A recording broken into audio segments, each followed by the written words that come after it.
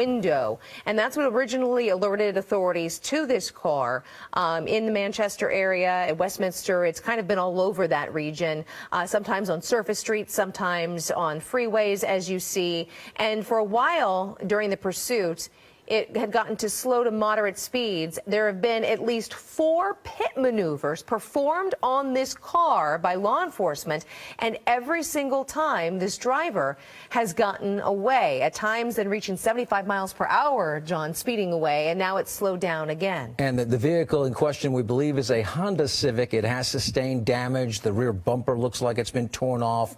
Looks like the both windshields, the front and back, are severely damaged. The front obviously damaged from that pedestrian that was hit, but you can see police in close pursuit, possibly setting up for another attempted pit maneuver. Again, they've tried this 4 times, and so far they have not been successful as this driver continues to evade authorities.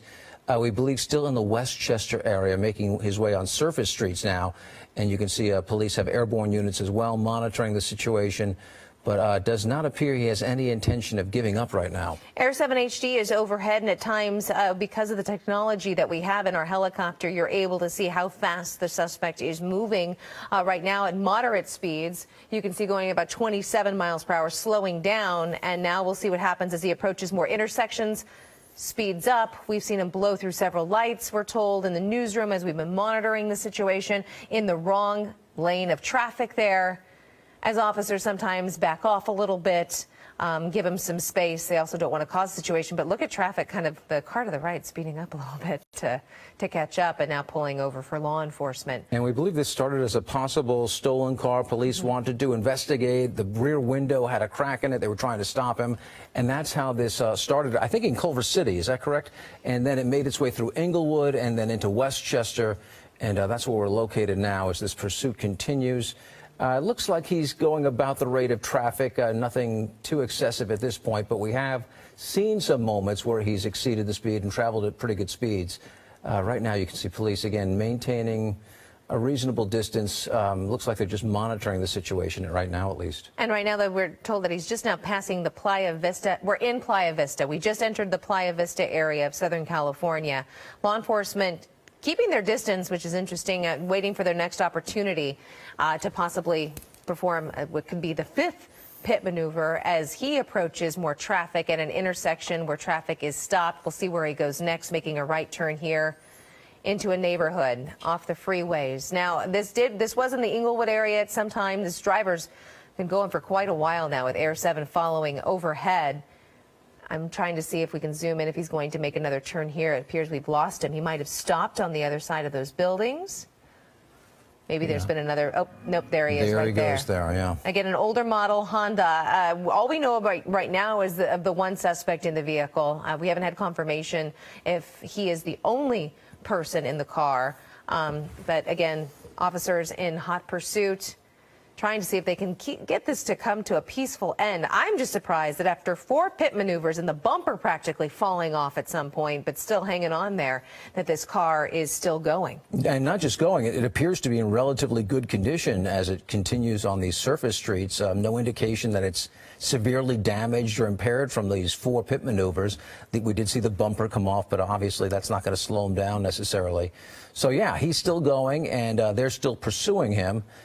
And not really clear what his goal is or where he may be trying to get to. Oftentimes they'll go back to neighborhoods they know very well and at some point get out and try and run on foot. But we have no idea who the suspect is or what his intentions are at this time. All we know is he refused to stop when authorities tried to conduct an investigation of a stolen vehicle. And here we are now moving through Marina del Rey, I want to say. And Playa Vista, northbound Lincoln near Jefferson. We're on Jefferson right now, I believe. That's the turn that he made, going about 40 miles per hour. We're told that LAPD is the primary law enforcement agency in pursuit. At times he was on the 405. At times he was in Inglewood. At times on Sepulveda. This has just been going around and round as law enforcement tries to figure out how they can get this to come to a peaceful end. And we're saying that this is a possible stolen vehicle because that's what we're being told. But originally, it seemed like law enforcement saw a crack in the windshield. They kind of wanted to figure out what was going on there. Then this chase happened, and they realized this could be a stolen vehicle. And as we try to learn more about the suspect, it appears he's slowing down considerably now, approaching more traffic with Air 7 overhead on Jefferson in a populated area, but not too many Looks like cars. they're near the campus of LMU. I thought I saw a banner there. We do have some video of some of these pit maneuvers. Let's show them to you as authorities try to slow this driver down. And there you can see one of them. They turned him around all right, but yeah, he kept going. And that's just one of at least 4 that we have seen with Air 7 overhead. A couple of them back to back here. Here's another one. Yeah. So police doing their job. This guy is just clearly not interested in surrendering, at least not yet. So that's 2 different pit maneuvers and no signs of really slowing him down. Here's number 3, and this is where the damage to the bumper comes in. You can see the car slowing. Officers even might have thought that they had him at this point. Nope, he backs up and takes off again with the bumper coming off the back there. He might have lost it, but no, he's dragging it this whole time here. And here's number 4. So police doing their job. They look like they're executing the pit maneuver just the way you want to do it, but this suspect continues to evade. Look at that. And they're doing these pit maneuvers, if you notice, when there's no traffic around, there's no cars around, the safest possible scenario. And after that last one is when he really picked up speeds up to 75 miles per hour, assuming he thought he was going to get away with law enforcement surrounding him. And now we're back to more of the slow pursuit as we try to get from Air 7 HD an idea of the cross streets here. And you look at the car, you can see one of the back wheels looks like it may be out of alignment from one of those pit maneuvers. And that might slow him down. That might be why he's slowing down now. So maybe we'll see some type of resolution to this. He looks like he's coming to a stop almost. It's right under the 405 freeway right now with law enforcement behind. We'll see if they're going to continue on. There's a stoplight right there right now. And that's going to make it difficult for us to monitor this situation. Air 7 trying to reposition and get a better location for us. He's now on the 405 again. Yeah, there he is, yeah. And what's so dangerous if you're just now joining us as we continue our coverage into, I guess it'd almost be into almost the 12 o'clock hour here, is that the person behind this car, the suspect that they're chasing, has been driving so erratically and has seriously hit somebody who was on a scooter during this pursuit. And it's unknown how serious the injuries are. I mean, he had to have been injured. Here's video of that moment. We're going to freeze at the moment the hit happens, but this happened about an hour ago. Unbelievable. And we're told that the appearance of the person hit is alive. They're going to be okay, but they obviously are injured. There's no way you're escaping that. It looked like he was traveling at about 30 miles an hour when it hit him. So, yeah, that person is going to be injured in some form, and we'll try and update you on that person's condition. Meanwhile, the suspect continues to evade authorities now on the 405. This pursuit's been going on, I want to say, for 45 minutes or so. Started in the Culver City area, made its way through Inglewood, then made its way through Westchester. And now we are on the 405, I want to say 405 North right now, as authorities continue their pursuit. We have been through 4 pit maneuvers. Authorities have used 4 pit maneuvers on this vehicle, and they've not really slowed him down that much. He's managed to evade each time, getting away and continuing his evasion of authorities. And you can see they're following him, trying to perhaps set up for another pit maneuver. 405 South, excuse me. We're on the 405 South now in the Playa del Rey area as authorities continue this pursuit of the suspect. This started as a suspected stolen vehicle that authorities wanted to investigate. They tried to make the stop, and that is when this pursuit began. Apparently, the vehicle had a broken back window as well. That made authorities also suspicious, so they wanted to try and stop this driver. But that never happened. They never had a chance to stop him. And again, they've tried 4 different pit maneuvers that have failed to stop him also. And we have 1 pedestrian who was hit, a man on a scooter, hit by the vehicle. And we're trying to update the condition of that person. We're told he did not suffer serious injuries, but it's pretty early before we want to be clear and make sure we have the exact condition before we know for sure.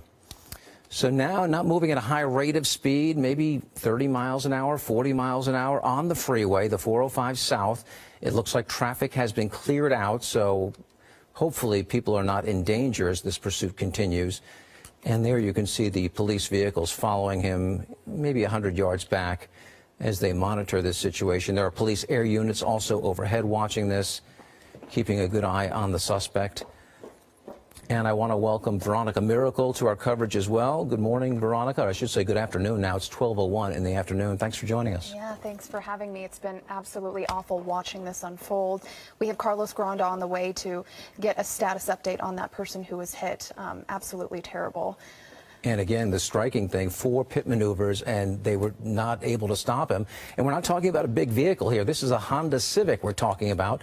And police were very effective at turning the vehicle around with the pit maneuvers, but the suspect just continued to flee from them. And so here we are now with the situation on the 405 South as police continue this pursuit. And go ahead, Veronica. Oh, no. And of course, as people are heading back to work, a lot of people heading back to work today. And so you can see the congestion on the other side of the 405 as this car is making its way through. But the fact that this car has been able to escape 4 pit maneuvers just shows how obviously this person wants to continue on and get on their way and continue. Right, and one update, he apparently is getting close to LAX, and that will affect our coverage. Air 7 HD has got to stay a good distance away from the airport, so we may be limited in what we can show at some point. Right now, we still have a pretty good view of the suspect as he makes his way on the 405 South with police in pursuit, and it looks like speeds are picking up now, too. Maybe highway speeds, 55, 65 miles an hour right now. We thought for a while there that a back tire was loose or perhaps coming off or out of alignment from all those pit maneuvers, but it does not appear to be affecting the speed of the vehicle. He's still maintaining a decent speed as he tries to evade police. Yes, certainly that speed continuing, even with the back bumper off. And if we push in through some of these buildings here, you can see the back window has also been shattered. Yeah, it's certainly damaged. 2 windows, the front window shattered when he hit that pedestrian. The pedestrian ended up smashing into the front windshield. And the back windshield, I believe, was damaged initially. That's why authorities tried to make an initial stop. They noticed the damaged back windshield, and they tried to stop the vehicle. And, of course, the bumper torn off in those various pit maneuvers. And we do know the wheels are damaged, but it's not slowing him down yet. And we did just get word that we got clearance from LAX to continue flying. And so that's why you're seeing this picture as we get further and further closer to the airport here. And still heading south on the 405. A lot of people affected by this chase here. It looks like police have cleared out a lot of traffic, so that is some good news. Hopefully nobody's going to be in harm's way, because we've seen this guy clearly doesn't care if he hits somebody. We've already seen him hit one person. Yes. So traffic has been moved out, it looks like, and they've got a clear road if they do perhaps want to try another pit maneuver. At some point, you have to think it's going to damage this vehicle enough to really slow him down. Yeah, let's take a wide look out and see how many LAPD units are following if we can here. I'm sorry, pull out a little bit further here. And we've got 1, 2, 3, 4 at least chasing this car. But we do have cars that are still in front of this. So yeah, there is traffic on this roadway still. And now just passing the 105. So the 405 South passing underneath the 105. Making its way past LAX into the South Bay, just to give you an indicator of where we are talking about. And perhaps we can show those pit maneuvers again, the various attempts to slow this vehicle down. There have been 4 different tries so far, and let's show them to you to see what, I mean, authorities certainly trying to do their part. Here's number 1, and executed, you know, as well as you can do it, I guess, and it didn't slow him down, though. Look at that. And despite, you can see when that car was turned, the front damage to the windshield, that I'm sure that driver can hardly see out the front after that. Here's number 2, and again, executed perfectly, but the driver continues. And there he goes. He does not want to stop. No. No regard for And here's anyone. number 3. And this is where the bumper comes off, so that seems like it did the most damage. Police even get out of their vehicles thinking, okay, this is over, we're going to make an arrest here. Nope. But nope, yeah, he turns around and drags the bumper along with him as he continues. And here's number 4. Truly incredible. And these pit maneuvers are very difficult. These officers train for a long time. They sure are. To make sure that they know how to do this, and it's not easy. If it weren't such a serious situation, it'd be a great ad for Honda, because this car has been through a lot and keeps ticking. And here we are again on the 405 South, heading through the South Bay now with police in pursuit.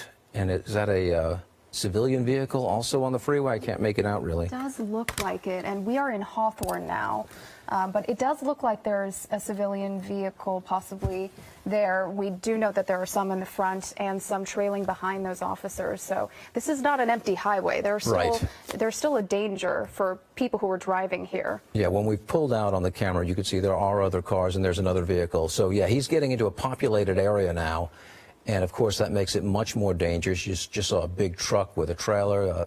So this is going to get a little more dangerous as he moves into this area with other vehicles on the 405 South heading through Hawthorne.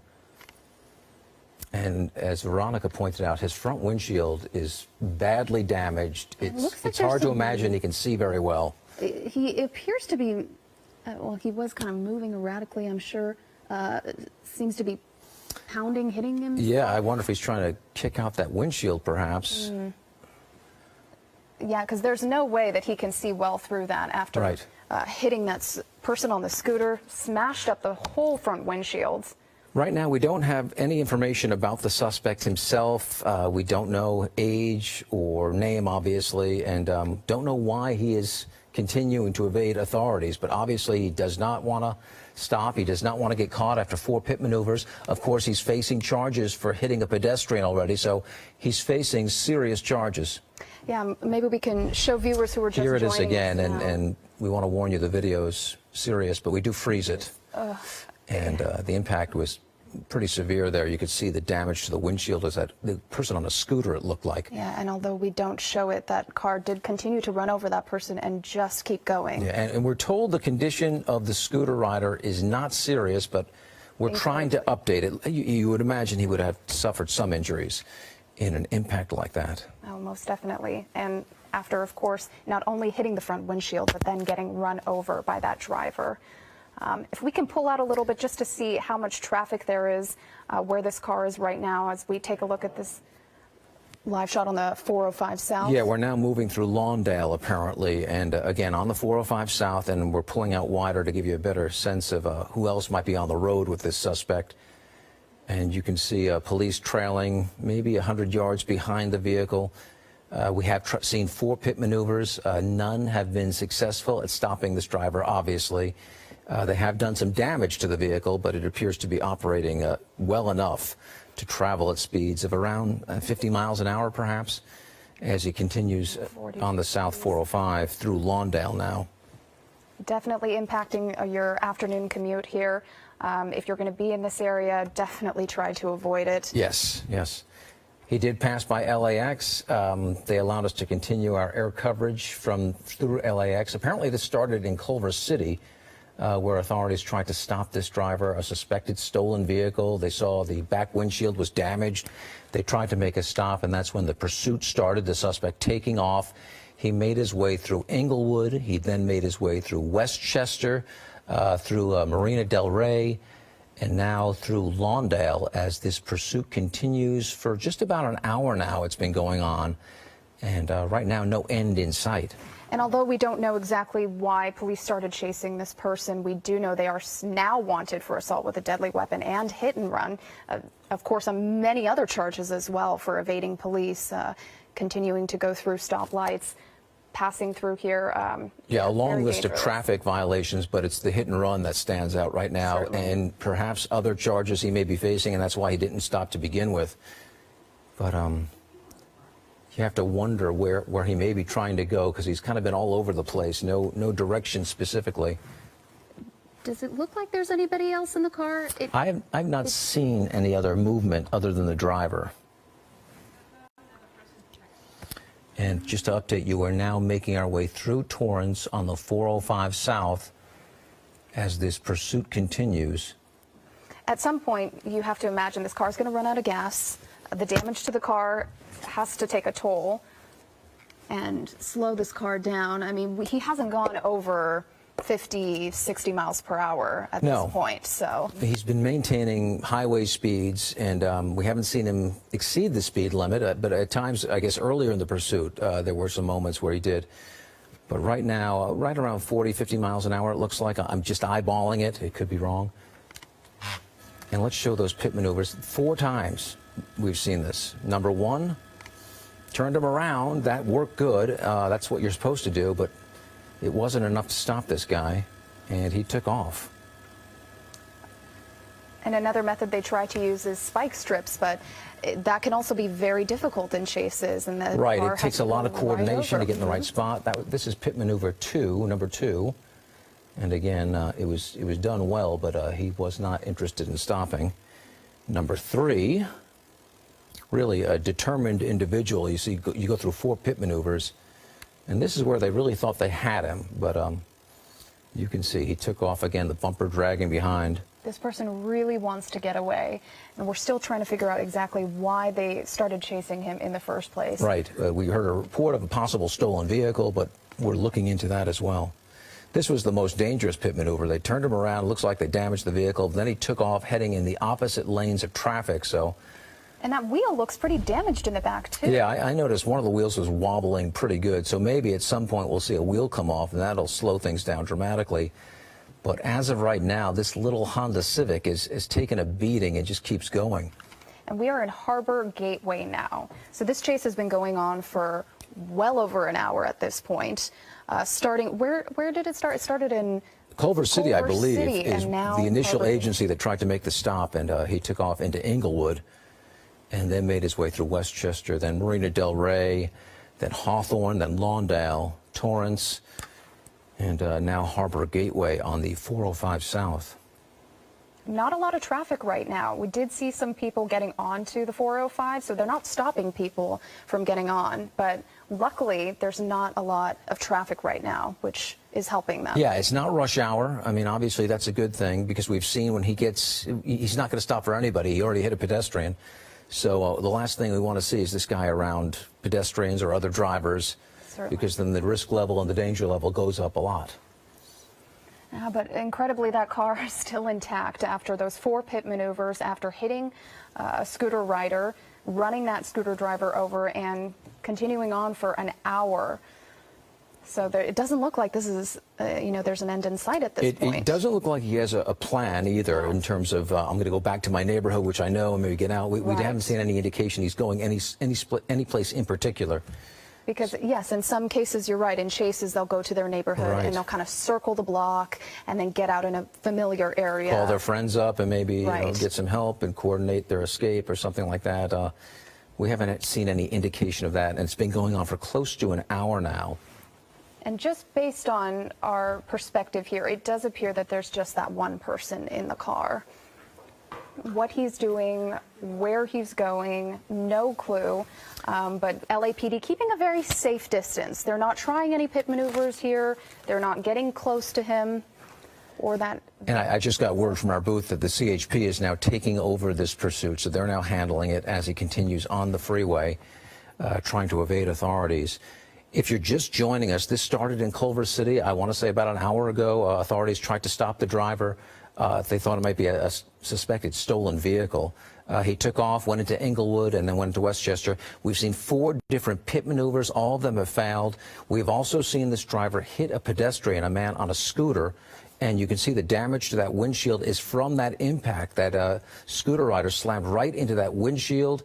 We're told he did not suffer serious injuries, but we're trying to update just the exact condition of that person because the impact looked pretty serious. And now we're here, Harbor Gateway, 405 South, the CHP now taking over this chase as this suspect continues his drive south.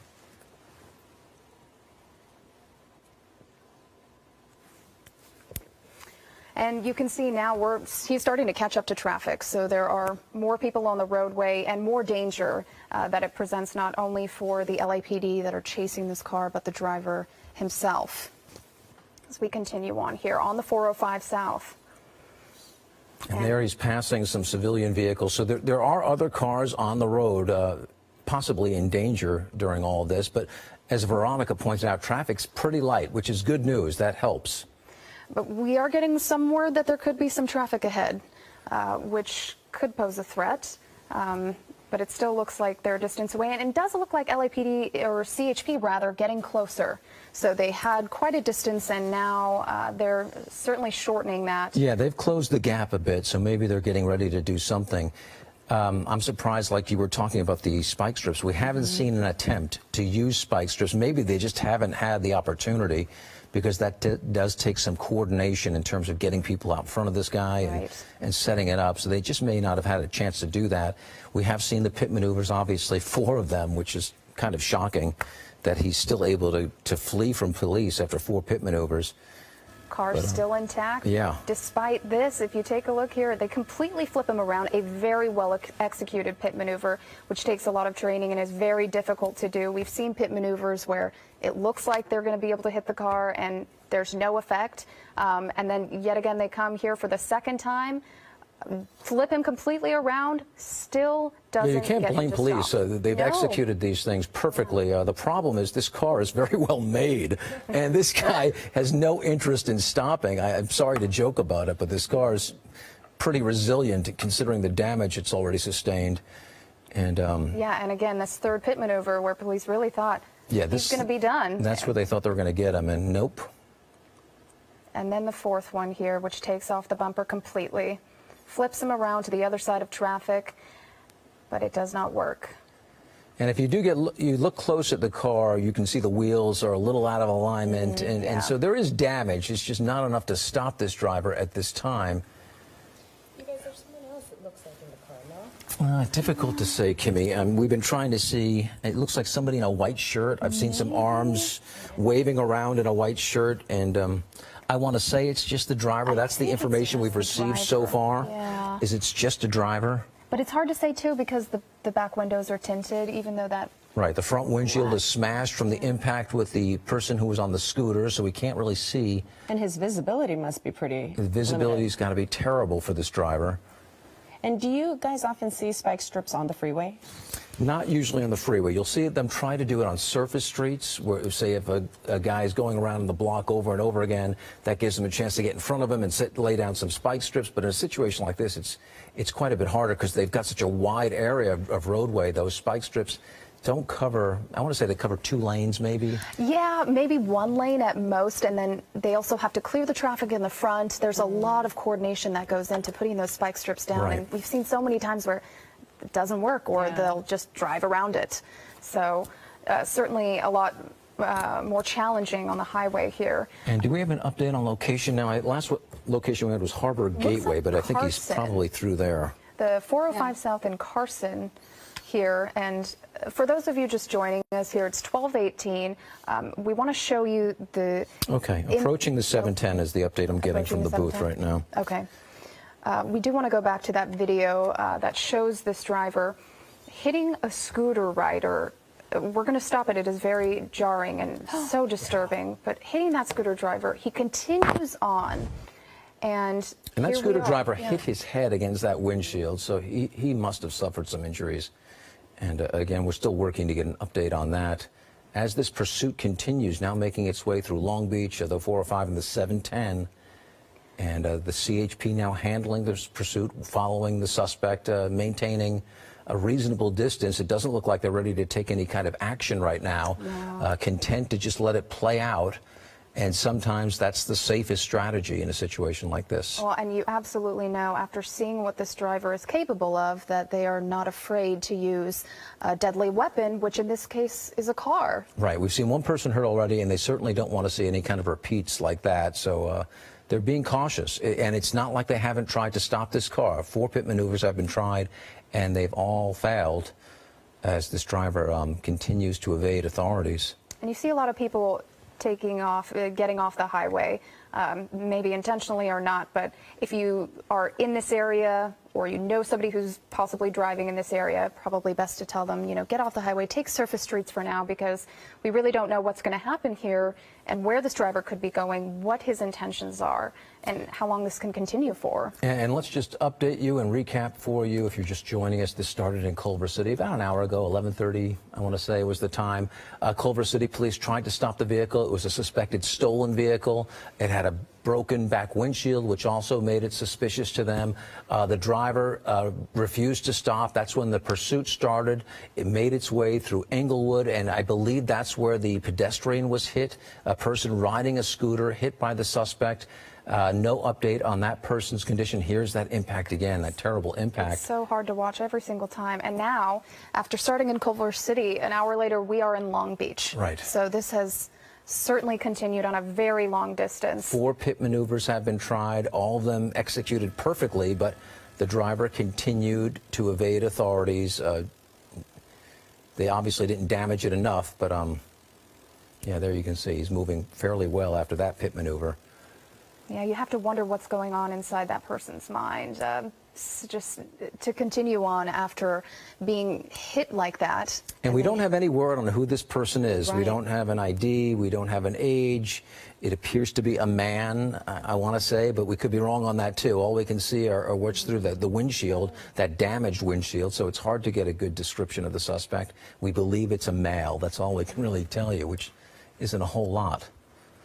There was a little hole in the back windshield, and then that one pit maneuver blasted out that. Yeah, and the initial report was the back windshield was damaged, and then, Kimmy, you're right, that pit maneuver knocked it out pretty much, and knocked off the back bumper, but did not damage the drivetrain or the wheels enough to stop this person who continues to evade.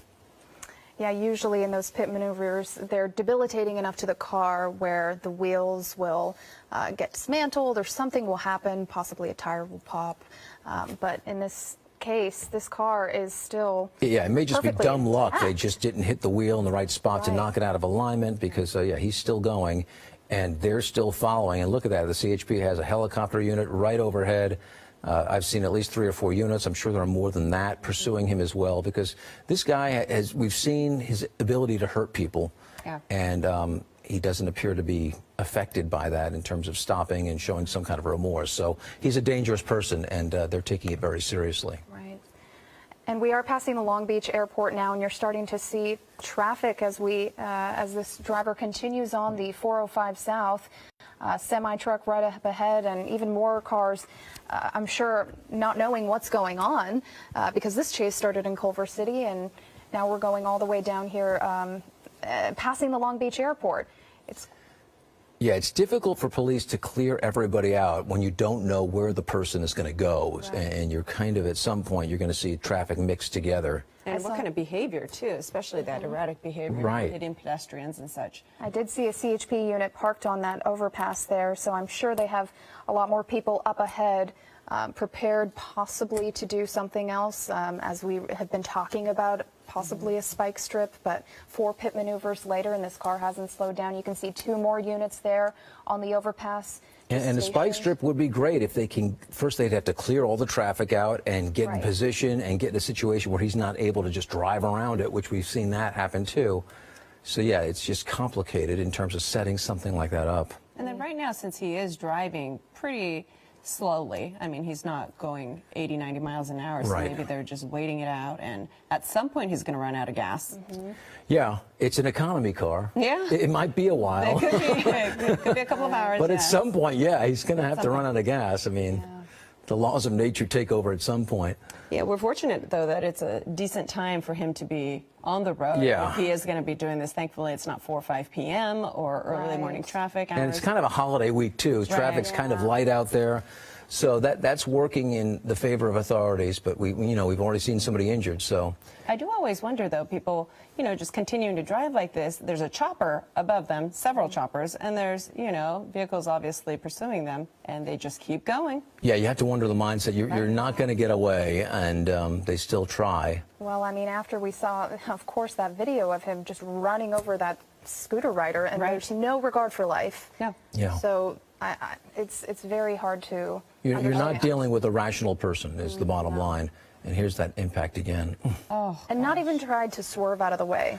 Well, and that's really disturbing. You're right. There was no attempt to get out, to Slow miss that down. person. Right. I'm So not saying he tried to hit him, but it didn't Right. look like he swerved at all. You're right. So either they weren't paying attention, maybe they're under the influence, we don't know, but there's not a rational person behind the wheel of that Right. car. And certainly not stopping to make sure the person's all right. Right. And he wasn't wearing it didn't look like the scooter rider was wearing a helmet, so No. he could have some severe injuries. But It did look like that scooter rider's head hit that windshield Yeah. pretty Very hard, hard, so yeah. let's hope he's getting treatment. When the camera pulled out, you could see Long Beach Airport there in the view as well. So now heading south of Long Beach Airport on the 405, a pursuit that has been going on for just over an hour now. It started in Culver City, and CHP, now the primary agency dealing with this pursuit.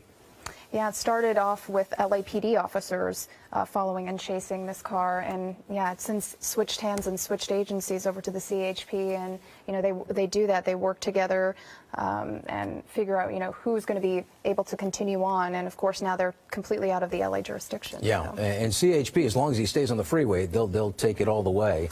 But no guarantees of that. We have seen this driver on surface streets. Of course, that's where the pedestrian was hit. So no indication that he's got a specific place to go, I want to say, as he just kind of tries to just get away from authorities. That's right, John. We've talked about this where people get familiar with their neighborhoods, and so that's where they typically return to. They can find roadways, alleyways to duck into, jump out, maybe a parking garage. But this does not appear to be the case No, we've seen a here. situation where people get on the cell phone and they call their friends, Right. hey, I'm coming to the neighborhood, help me out. But that's not what we're seeing here. This person I just don't think has a place to go right now. Or a plan at all. Yeah. But what we know is it was stolen. Well, it's know that? suspected. It's suspected. We don't know much, Kimmy, unfortunately. All we know is what we've seen in this pursuit, that this person is responsible for a hit and run of a pedestrian. Yeah. And is desperate to get away because we've seen 4 pit maneuvers that have failed to stop him. And here are those pit maneuvers again if you want to take another look. Yeah, really incredible. And you would think that one alone would do it, and then no. Nope. He keeps going. 4 times it takes. And still that wasn't enough. But it was enough to completely rip off the bumper by the There's that. 4th time. Yep. That's you see a that lot of the second debris and the damage there. And you have to think about all of these pieces falling off this car. This is all evidence that somebody has to go back and find. Yeah. Somebody has to go pick up Right. across this, however many miles that they have been following. This is the one they person. thought they were going to have him. They get out of the vehicle, let's make an arrest, but Looks intense. yeah, and there Parts he are goes. falling off that car. Yeah, he just takes off again. Just dragging that bumper. And this is number 4.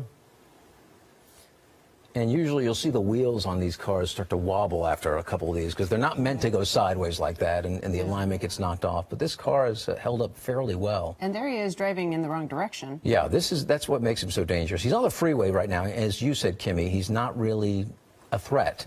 He's driving at a reasonable speed, and Right, I think it's that's why they're moderate. satisfied with the situation the way it is right now. They're going to let this play out. But we know that he drives in the wrong direction. We know that he hits pedestrians. Yeah, he certainly he has the potential to be very, very dangerous. Yeah. Looks like we are in Seal Beach now. So continuing along the 405 South at a pretty moderate rate of speed, I would say about 50 to 60 miles per hour. So it's not a high-speed chase at this point, Right. but certainly a dangerous one. And if you're looking for a locator, that's the 605 freeway they are passing under right now on the 405 South. So, yeah, making his way into Seal Beach. Soon he'll be in Orange County. Yeah. And the CHP maintaining a reasonably safe distance as this continues. Yeah, certainly. And we're all just watching along with you, the viewer. What is going to happen next? Is this person going to stay on the 405? Are they going to get off at some point and start going on surface streets again? What will happen? We have no idea. And I think that's the scariest part about chases like this one. And it impacts so many other people around him, too, because obviously when you have, choppers ahead and all these, officers chasing, everyone's slowing down. It's impacting everybody else greatly, and they don't know what's going on. Yeah, because you're just driving on the highway, you've got your music up, and all of a sudden there's a chase right behind you, which I'm assuming is happening to these cars here. They're not aware of this chase that started in Culver City from over an hour ago. And let's just hope everybody stays out of the way, because we've seen those situations where people, try and help out authorities, and you don't want to do that. It's not worth it. It's dangerous. We don't know what this person's capable of. I mean, we've seen him hit a pedestrian. We don't know if he's armed. So there's so many different factors that authorities have to consider as conduct this pursuit. The last thing they need is a civilian getting in the middle of it, trying to help out. So yeah, let's hope everybody stays out of this thing. Now, it's interesting to see some of those officers that were over the bridge just now as well. So Yeah, they looks must like be setting up. They have units coming onto the highway. They've got units stationed on the overpasses as they're passing through. So certainly they have people up ahead waiting to see if this driver will get off at an exit. Right. They're going to be right there waiting for him on whatever exit he chooses, or until he runs out of gas on the 405. They basically have to plan for him getting off any exit, which is, an incredibly difficult situation for authorities to be in. Right, and I'm still amazed that he can see through that windshield, which is cracked and kind of buckled in just a little bit there, too. I mean, it's bad enough when it's raining or it's foggy, and the windshields are dirty, but when it's cracked and shattered like that, I can't imagine what the visibility is like. And maybe that's impacting the speed, too, and just keeping it on the moderate side. If you're wondering, it is a Honda Civic that they're pursuing. Don't know the year, but it has certainly shown its mettle in this chase. Involved in 4 pit maneuvers. The bumper's been ripped off. The windshields, front and rear, are damaged. But the car itself appears to be in fairly good operating order and does not appear to be slowing down at all. No. Not at all. And we just got word that the Orange County CHP division is now taking over. So this chase has gone through 3 different shifts of agencies here. Well, Culver City, then he made his way through Englewood PD, then LAPD, then CHP. So, yeah. And then Orange County CHP. So I guess that's 5. Yeah. Yeah. And as he travels through each jurisdiction, that's just what's going to have to happen, because they are the ones who are familiar with the area. They know exactly where this driver could end up, and of course how to handle their streets. But you've got people just driving on the 405 South, and they don't know what's coming. No.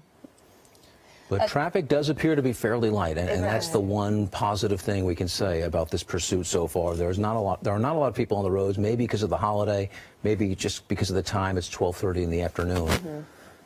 I mean, thankfully he's not in the middle of LA, because obviously we all know that traffic, even in LA, at lunchtime can be pretty intense. So thankfully he's on the freeway, driving at a steady, slower. And it looks like we have Bruce Thomas now, who is an expert at this. He is retired law enforcement. And Bruce, joining us on the phone now. How are you doing, Bruce? Can you hear us? Good. Happy New Year to you guys. Yes, yeah, we start off with Hi, Bruce. pursuit. So, Bruce, what do you make of this? I mean, what can authorities do at this point? They've tried 4 pit maneuvers, and none of them have slowed this guy down. What's next? Well, you've seen the pit maneuvers, and they've tried that. That obviously didn't work. So it looks like now they're just going to have to follow this guy, do the exchanges that they're doing with CHP as you see the vehicles kind of jump ahead and then join the pursuit. Others drop off. At this point, they're going to end up following them unless they can put more spike strips out. We were talking about spike strips. Is it more difficult? Obviously, I'm sure it is more difficult to do it on a highway. We haven't seen any spike strip attempts, so is that possibly why? At this point, you wouldn't see them where they were trying the pit maneuvers, but freeway traffic is light, so I would suspect that maybe CHP might try that because traffic is light, there's no one around him, they know where he's going, sort of, meaning going southbound. Right. So I think they would try the maybe spike strips. And talk about the logistics of that. It's complicated getting set up right to do something like this. I'm sorry, I missed just part of it. The logistics of laying down that spike strip, you have to worry about getting other people out of the way. It's complicated. Yeah, it is. You have to know where the person's going as far as the street, the traffic conditions. You have to prevent other people from getting involved. And also the safety of the officers who actually throw out the tack strip or the spike strip. Yeah, and earlier we saw this car hit a pedestrian, hit a scooter rider. And so there must be that fear that if they are in the roadway getting ready to throw out that spike strip, that could possibly happen to the officer as well. Oh, definitely. And the officers do it using the car for cover or maybe a building or some other woodland type issues. But you just can't stand in the middle of the street and do it, especially if this guy's shown a penchant for attempting to run somebody over like he did on the scooter, and his wanton disregard for the safety of the officers when they did the pit maneuvers. And Bruce, how does that ratchet things up for the officers when they know they're dealing with somebody who just hits a pedestrian and keeps going, somebody who's been through 4 pit maneuvers and keeps going? I imagine the adrenaline's got to be pumping pretty good at this point.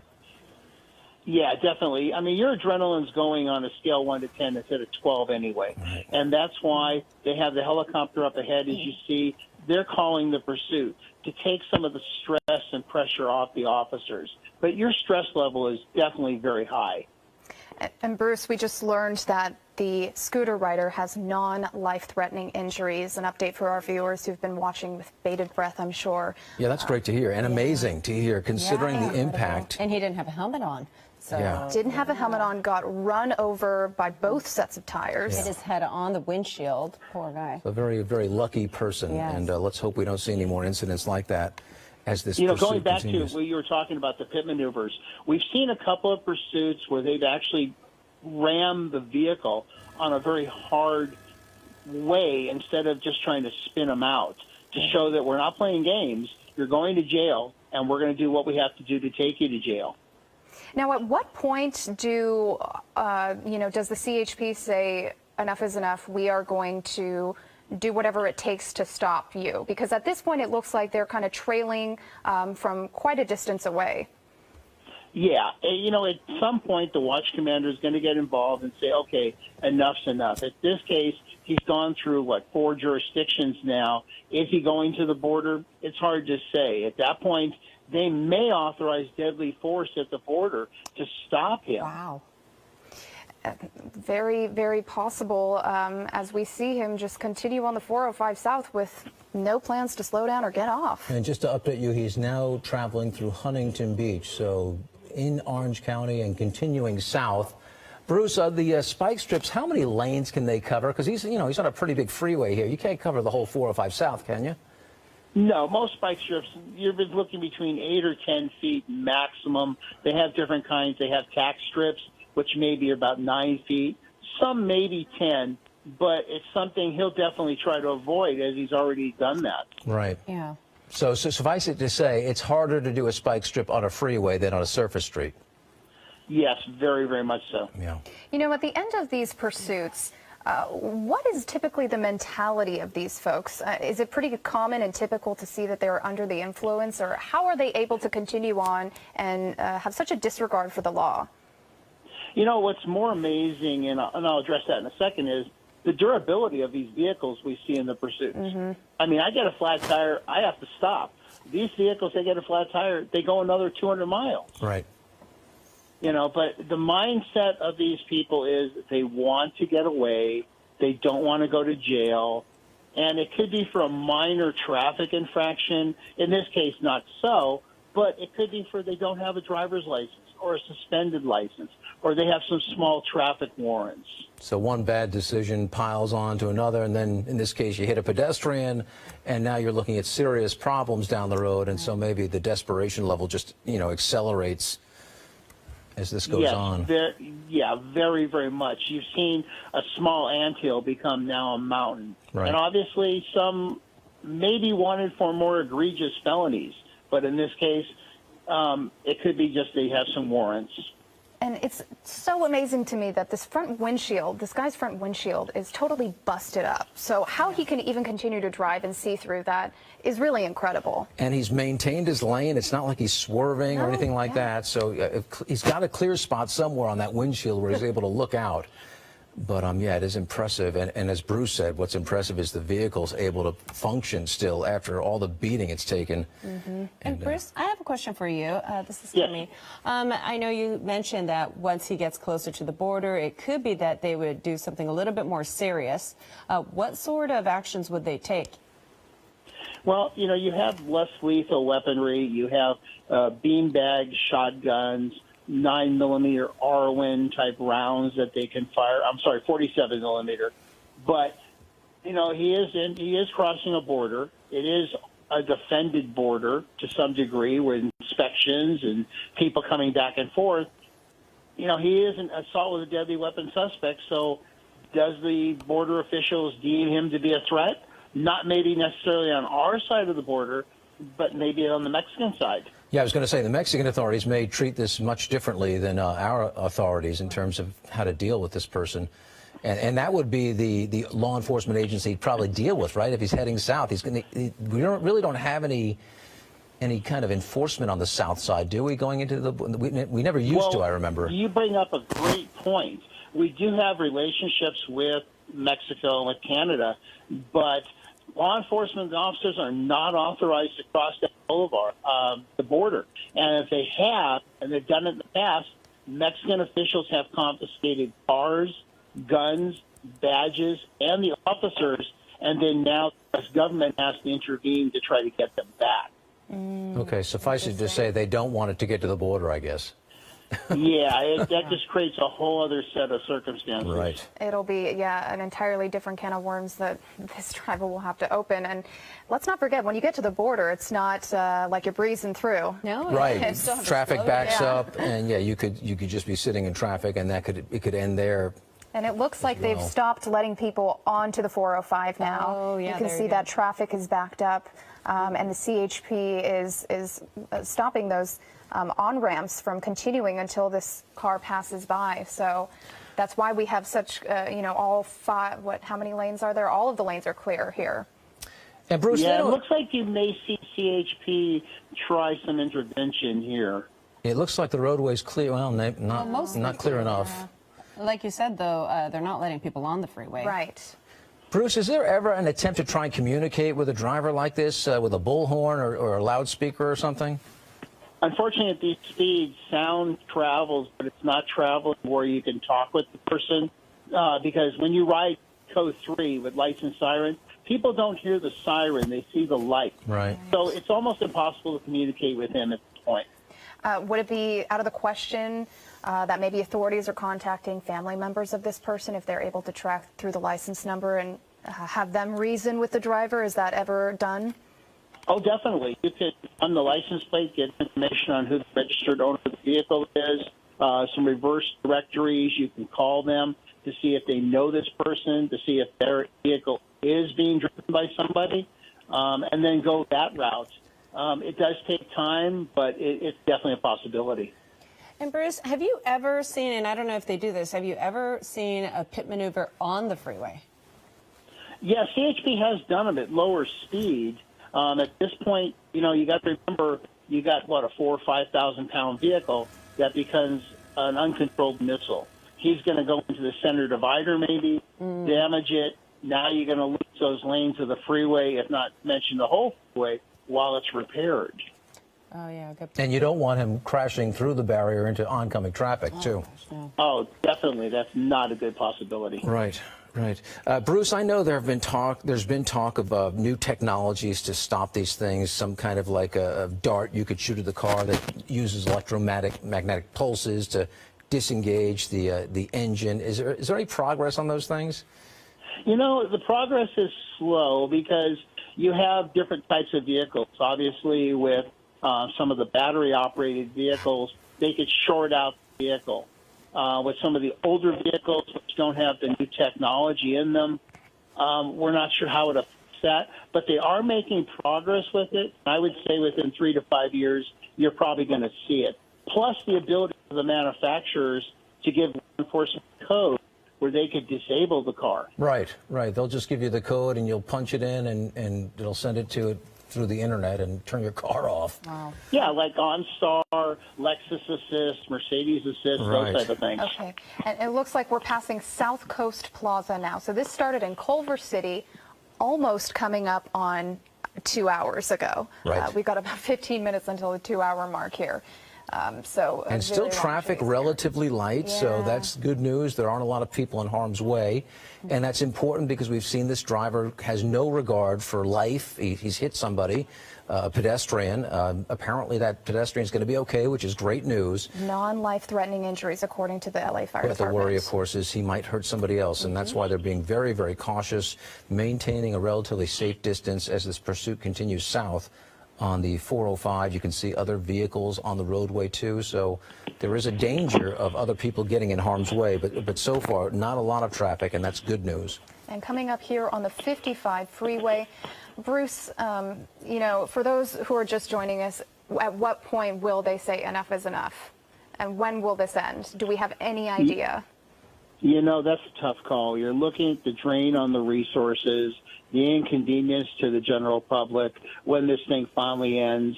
And also you have the amount of paperwork for doing an intervention like this.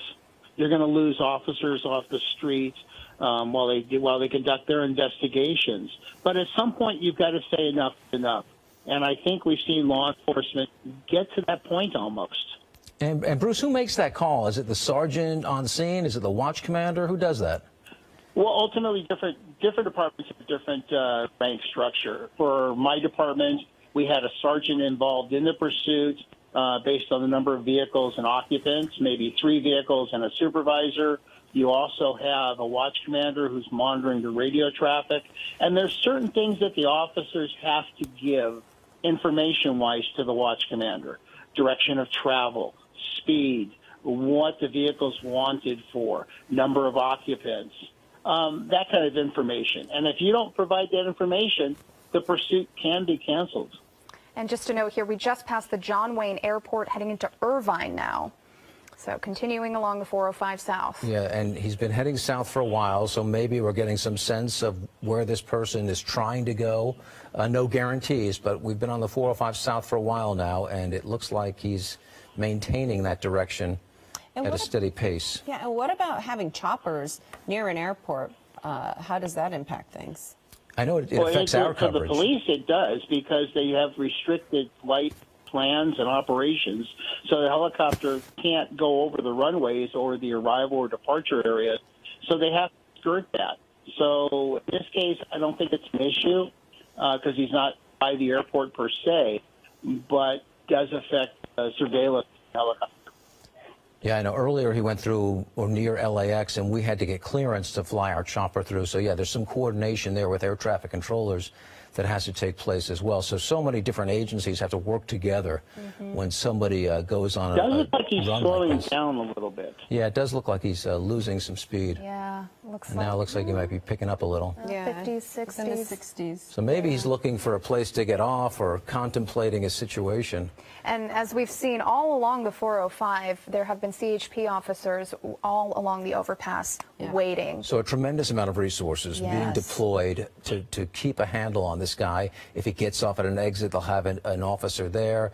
And so, yeah, a lot of officers involved, a lot of time and energy being spent to try and corral this person. And a lot of money. I wonder how much it costs each time they have to do something like this with all these resources. It's got to be extremely Well, and I don't know if it's in the law yet, but I know when you have a DUI crash that involves a drunk driver, the officers actually submit a cost sheet. They break down the amount of the investigative time, the report writing time, the amount to book the suspect, and that's submitted to the court, and ultimately restitution is made. Oh, well, that's great. Yeah, So if that that's- person can even pay it back. Right, That's the bigger absolutely. question. How often can they pay it back? Right. The agencies could be, well, the public could be eating the costs. So let's update you again.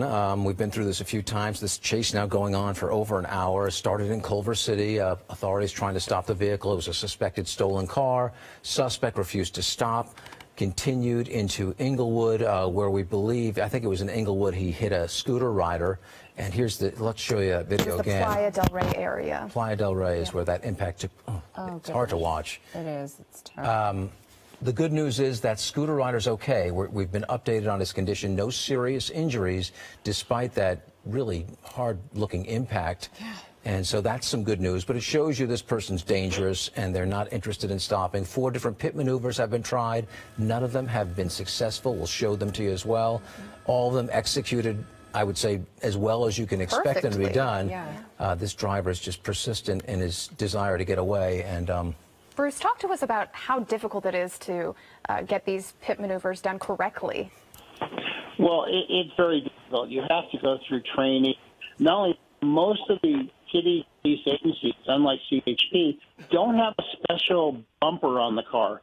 So you're actually using your car to hit the rear quarter panel area of the vehicle and spin it out of control. So you have to press the gas pedal to spin it, stay on the gas pedal to make the vehicle spin, and then hit the brake. So it does take a lot of practice. How do you practice something like this, Right, Bruce? yeah. I mean, do you have some beat-up old police cars you practice on?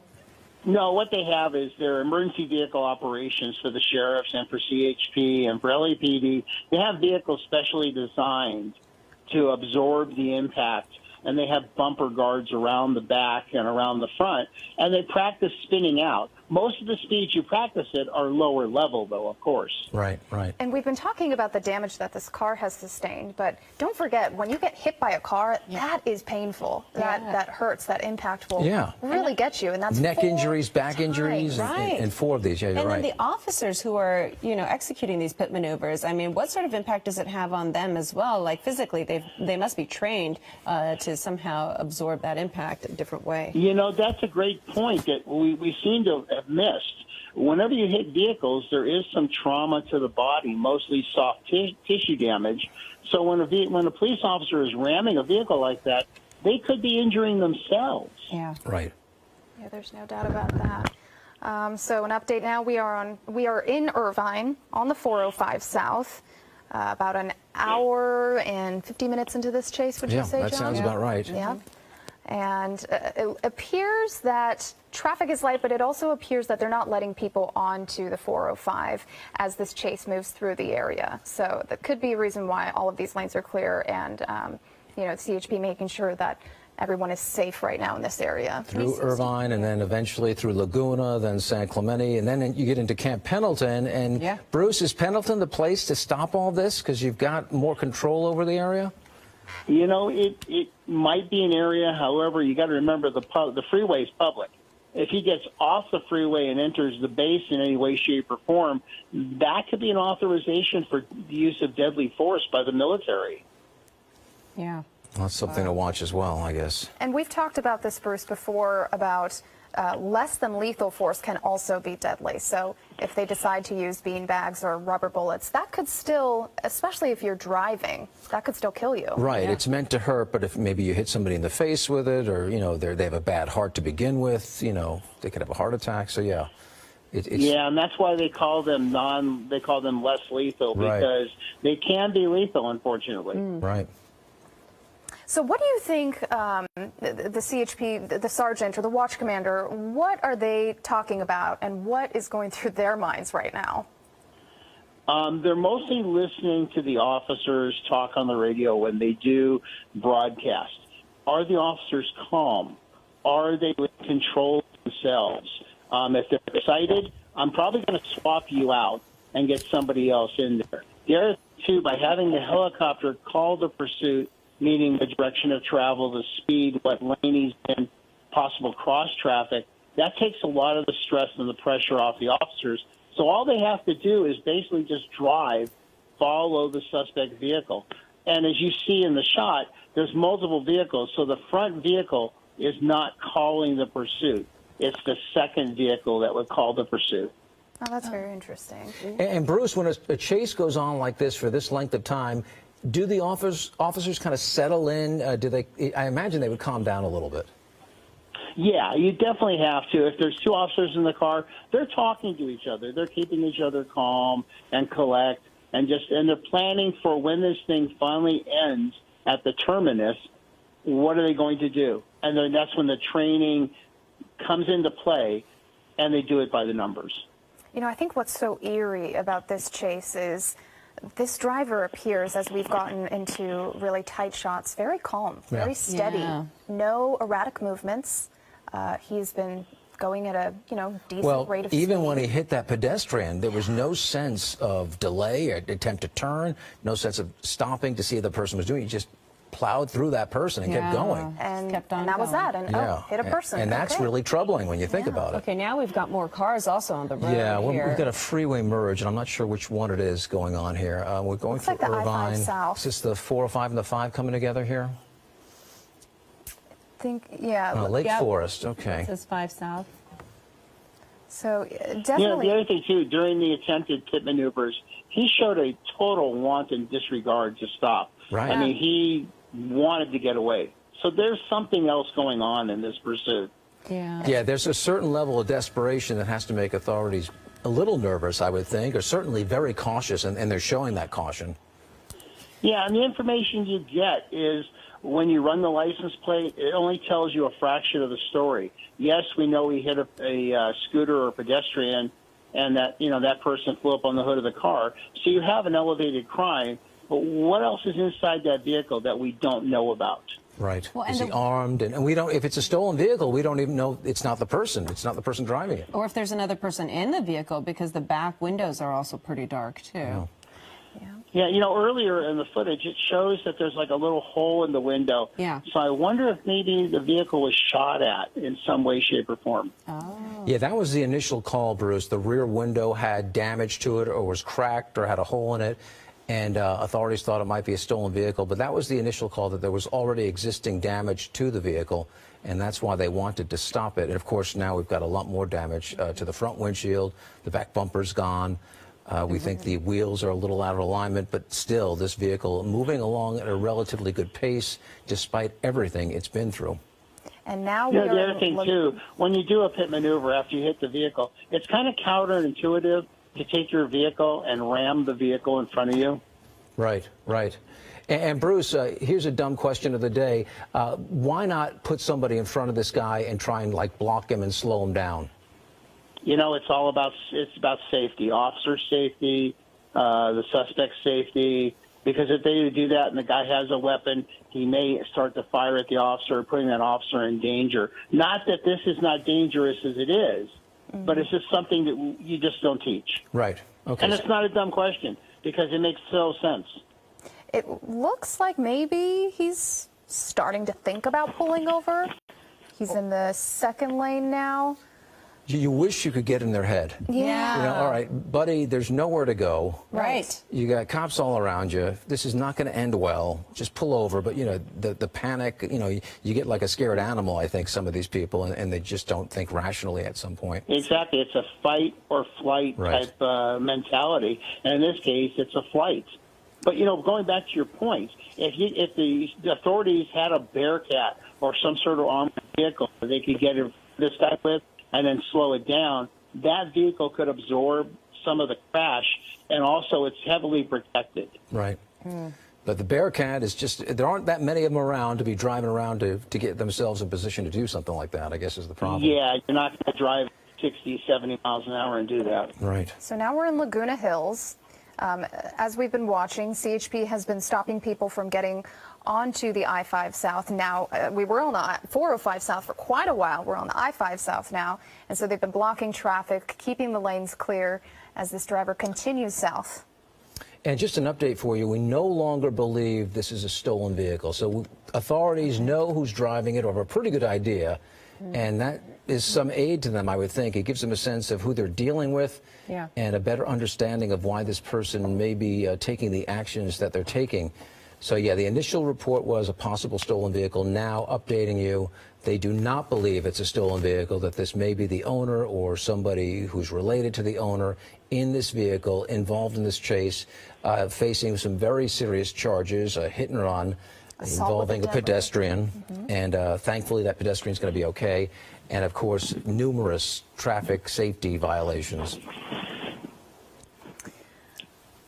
And John, can you remind us what type of car this is as well? We think it's a Honda Civic, a four-door Honda Civic. I don't know the year, but if you're a Honda dealer, this is great advertising, because this thing is built like a tank and just won't quit after everything it's been through. And you can see it seems to be moving along just fine, despite 4 pit maneuvers and being involved in a collision with a pedestrian. The windshield's obviously shattered. Completely smashed. I really don't know how he sees out of that. Maybe that's also why he's keeping his speed pretty mellow. Every time we've pushed in to see him, he appears quite calm. Yeah. Very and does not appear to be having any difficulty operating the vehicle. So I'm guessing he's got a corner of that windshield where he can see out of.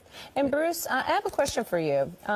Yes. Do you ever see people after this, once they're caught, because obviously our levels of excitement get pretty high, but do they ever just seem pretty calm once they come out of these chases? A high percentage are. They're usually under the influence of drugs and or alcohol, so they're kind of mellow almost. You do have a percentage that does want to fight, but ultimately when the pursuit ends and the officers have their guns drawn, and they're giving commands, they mostly come out and just put their hands up and surrender. How long have you seen chases go on for? Because this feels exceptionally long. We are at the 2-hour mark now. Have you seen a chase this long before? Most of the pursuits are fairly short, within 10, 15 minutes, if that long. To have a pursuit go on this long is just extraordinary. I know I've commented on ones that have gone late into the night and gone from the Inland Empire all the way to the ocean, but this is extraordinary.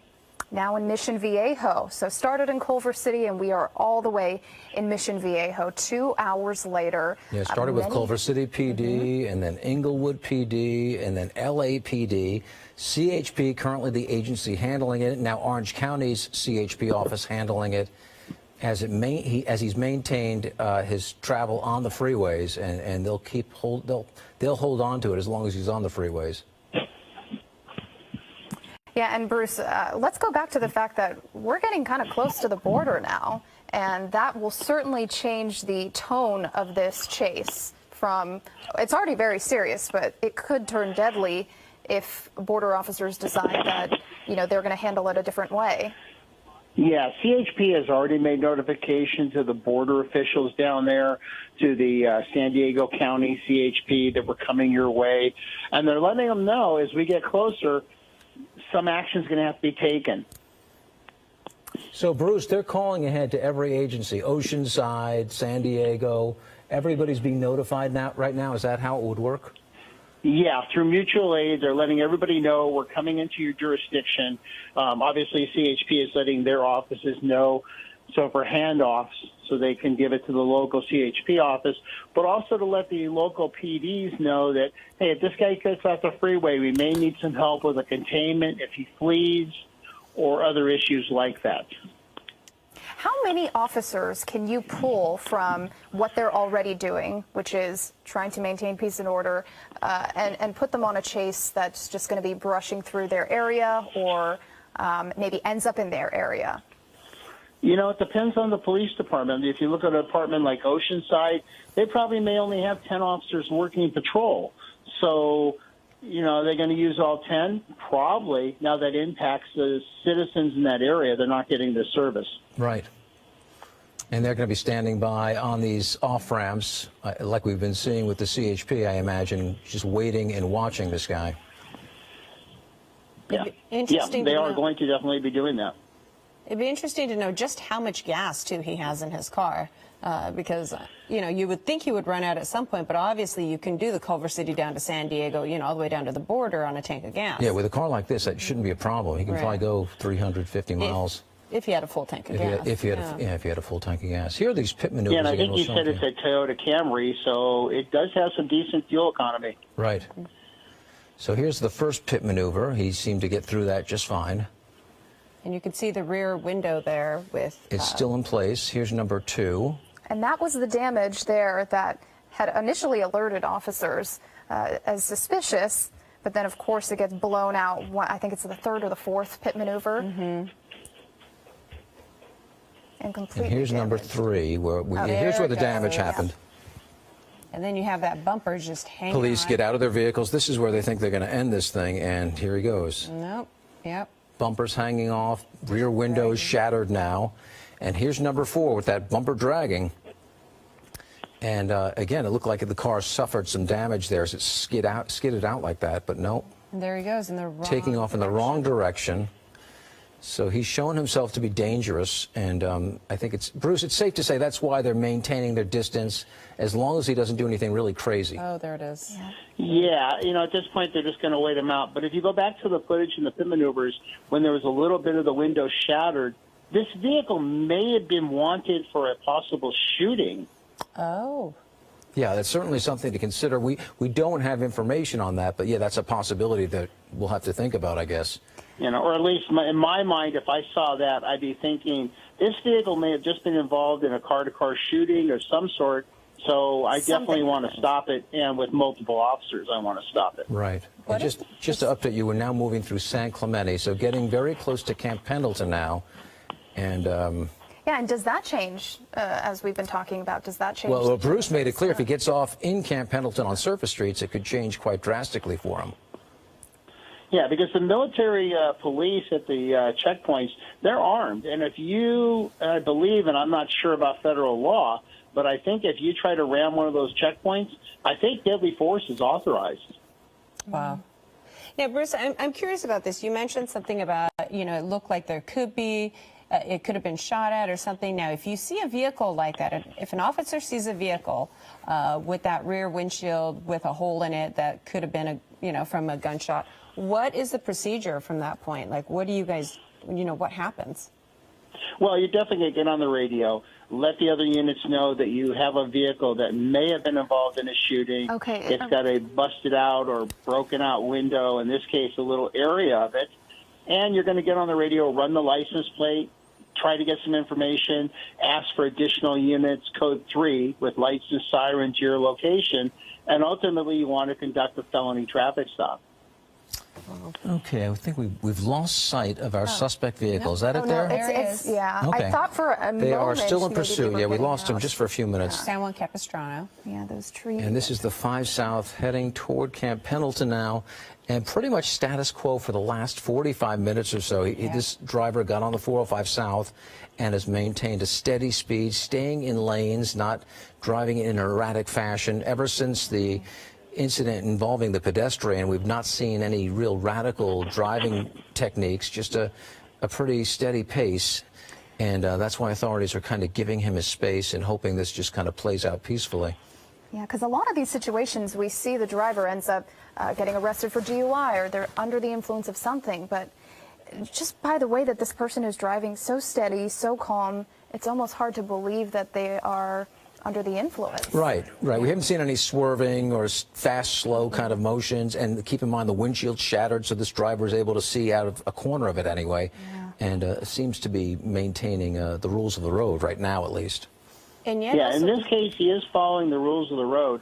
However, when you see the pursuits on city streets, they're actually recording the news footage. And they'll go back over and kind of look at all the additional charges and violations. So when they present this to the district attorney, there's a whole laundry list of charges. Yeah, and this driver has already compiled a pretty good list of violations. The biggest one, that hit and run involving the pedestrian, a very serious charge. And I'm sure that's on his mind, I would think, as he continues to flee. And maybe that's the reason he's fleeing. We just don't know right now. Yeah, assault with a deadly weapon, hit and run, evading police. The list goes on. Yeah. Yeah, I mean, and in their mindset, I hate to say it, but I don't think they even care about those things. They just want to get away. Yeah. It's hard to relate because as viewers and as we're watching this. The reason you're here, Veronica, is you can't relate to this driver because you cannot relate to this thing. none of us can yet. Yeah. And we see it way too often with people out there, just irrational behavior. And is this guy on the phone? It almost looks like he's on the phone now. It does almost look that way, yeah, like his arm is up or From something. this vantage point, possibly on the phone with, could he be on the phone with law enforcement? Is that a possibility? Oh, definitely. He could dial 911 and say, hey, look, I'm the vehicle that's being chased on the 405 freeway or the 5 freeway. I want to surrender, but I'm fearing for my safety. What should I do? And they're going to talk him through this. he did reach his arm to his head, like perhaps he was holding a handset to his head, but now I don't see that kind of activity. He appears very calm. Yeah. Kind of lean forward a little bit. We got a flash of his face there. Yeah, We sure did. Yeah, so we believe he's a male. Tough to say much more than that. It looks like he had dark brown hair. But Not wanted for a stolen vehicle, which is what we initially had thought. So. Right.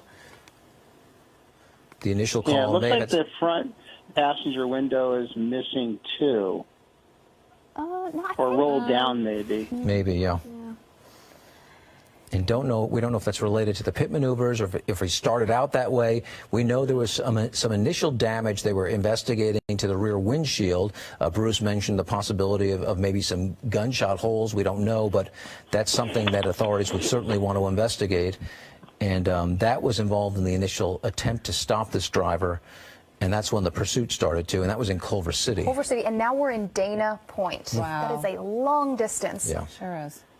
Long ways south, and you're taking a look now at the first of 4 pit maneuvers that LAPD officers conducted very successfully, but were not able to slow this driver down in any way, shape, or form, simply just damaging the car, but not enough to slow him down and get him off the roadway. He really has to go.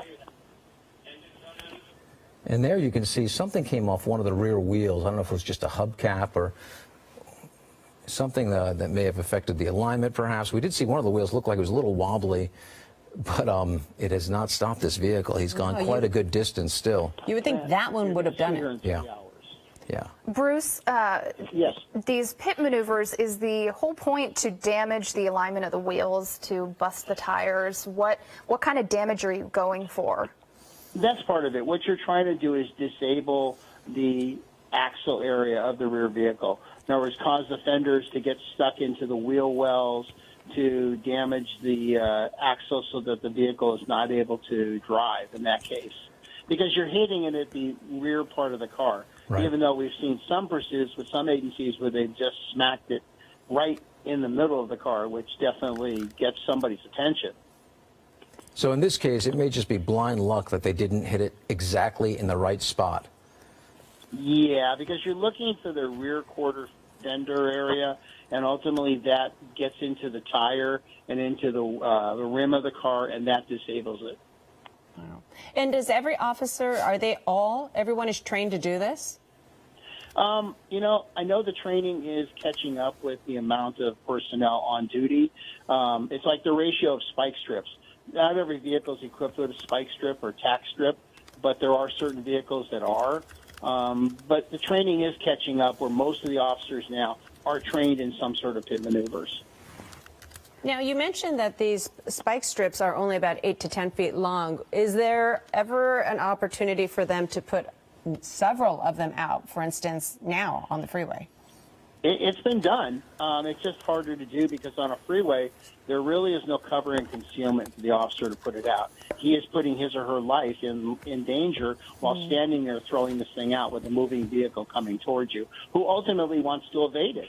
Right. So you don't want that officer getting hit, obviously, by this suspect. So Yeah, I remember one instant I deployed one in Beverly Hills on a pursuit, and I was actually hiding in the bushes when I did it for my safety. So I just pulled up a map here. So we're in San Clemente now, and it's about an hour to the border. So they're still a ways away, but this chase has been going on for more than 2 hours. So that could be this driver's intention. Bruce, we talk about how most people will go into their neighborhood where they're familiar with the settings and the surroundings, but it doesn't appear that this guy is doing that at all. He's driving through so many areas, so possibly to the border. Yeah, and if he does cross the border and safely gets across, then the Mexican authorities take possession of him. Then the American authorities have to ask for him back. So it just buys him more time from not facing the charges on our side of the border that he would face. Wow. And we're just thinking about all of the drivers that have been impacted, that scooter rider that was hit by this driver. If we can bring that very disturbing video up that we caught at the beginning of this chase here. Luckily, that driver is going to be okay. Non-life-threatening injuries, according to the LA Fire Department, but the damage from the front of the car that you see here, that front windshield, is because this person hit that scooter rider. It's incredible that scooter rider did not suffer serious injuries, because the impact was pretty serious. Looked maybe like 30 miles an hour, and his head hit that windshield. The damage to that front windshield is from that pedestrian slamming into it, and as Veronica pointed out, the car then rolled over him. Why do you have to go there? And he is the scooter rider, we're told, is okay, no serious injuries.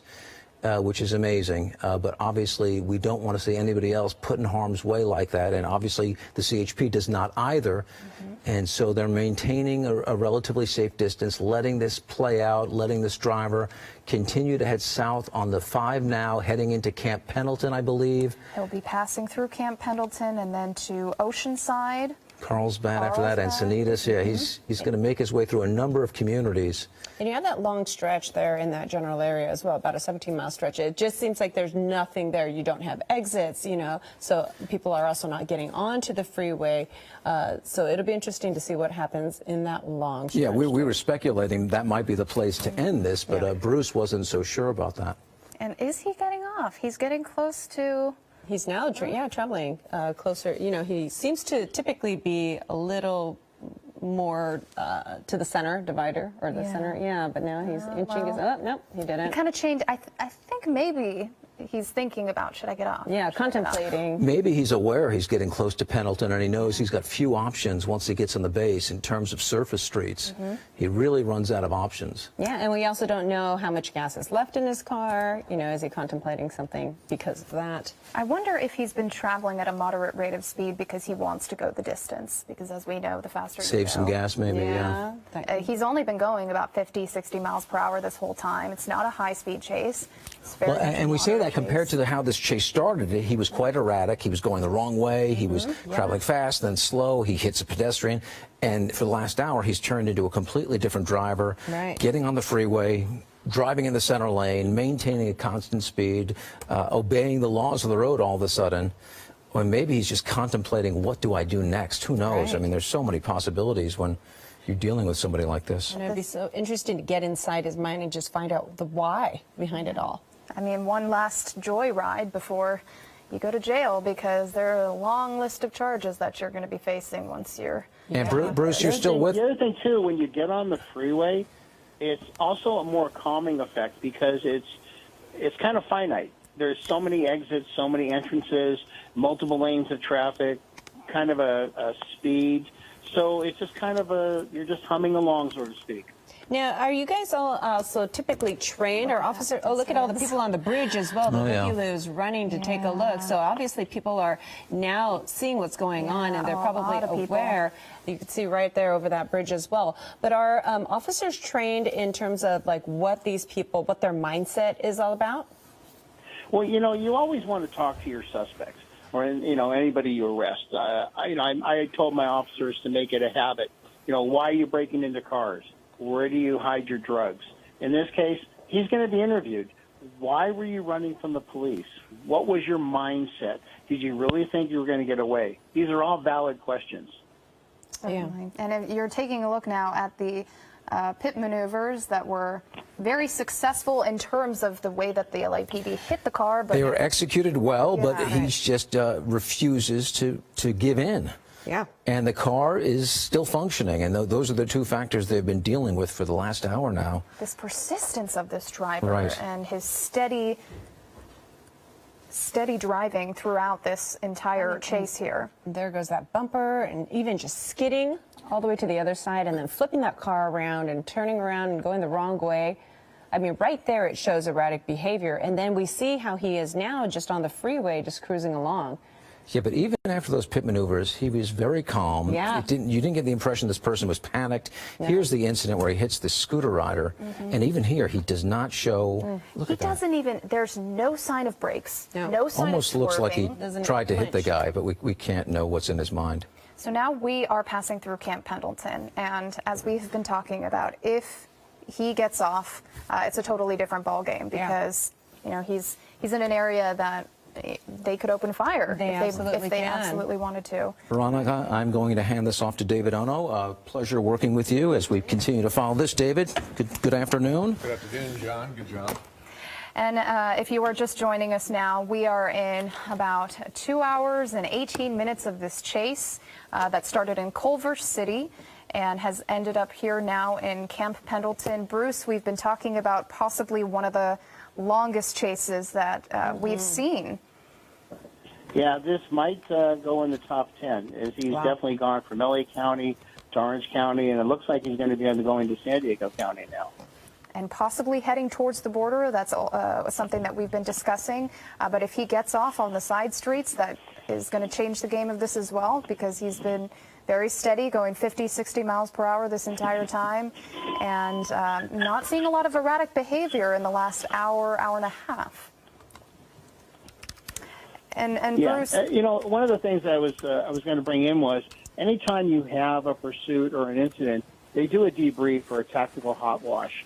And so what you're going to have is the emergency vehicle operations people are going to look at how the pit maneuvers were done and maybe want to implement some changes to kind of box the vehicle in better, maybe. That might become part of the training.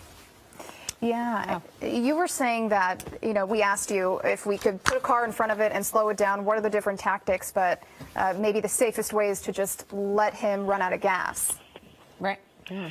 Yeah, that ultimately is the safest way. Let the vehicle become disabled safely, where you're not locking the steering wheel up. And that's some of the things that they're dealing with in the new technology is that we short the vehicle out. Does that lock the steering wheel up? Because obviously you can't have that with a multi-thousand-pound vehicle who basically becomes a missile. And tell us what the watch commander is probably thinking now, what they're doing, what they're preparing for as they look ahead. They're making the phone calls. They're passing along whatever information they can get from the officers who are trailing the suspect, saying, hey, we're now entering Oceanside. We're now about to enter San Diego County. San Diego County sheriffs putting you on notice, making sure that the CHP in the San Diego area is on notice also to take this pursuit over as the handoff occurs. And Bruce, it looks like we're getting into the Camp Pendleton area. What would happen as they start to take over? Well, they would just stay status quo. I mean, you're going to just follow the vehicle. Ultimately, you want it to become disabled, run out of gas.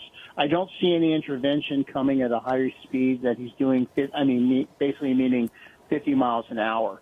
But if he were to become a lower speed, maybe in the 20s or so, I would think you might see another pit maneuver.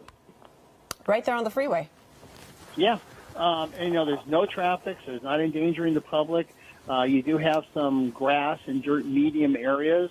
Obviously, you don't want to, throw the vehicle into the train tracks, but there is something that they might try.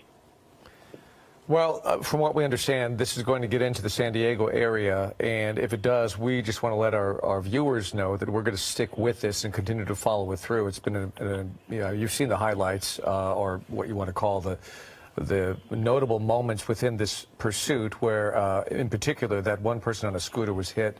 It was a rather tragic moment for that person on the scooter. He is hurt, but not life-threatening. However, seriously hurt where the car actually went over him, and that's why, if you're just tuning in, you see the windshield that is bashed in right there on the front. That is from a human being, from a body actually being thrown onto the vehicle, and it was rather shocking to see. Here we go, and we've stopped it because at this point the person hit then rolls onto the ground, and the car actually goes over part of him, but he is okay. He's going to survive, but he is injured. In the meantime, when it comes to somebody willing to do that in order to get away, we have to stay with this. It's a very violent situation.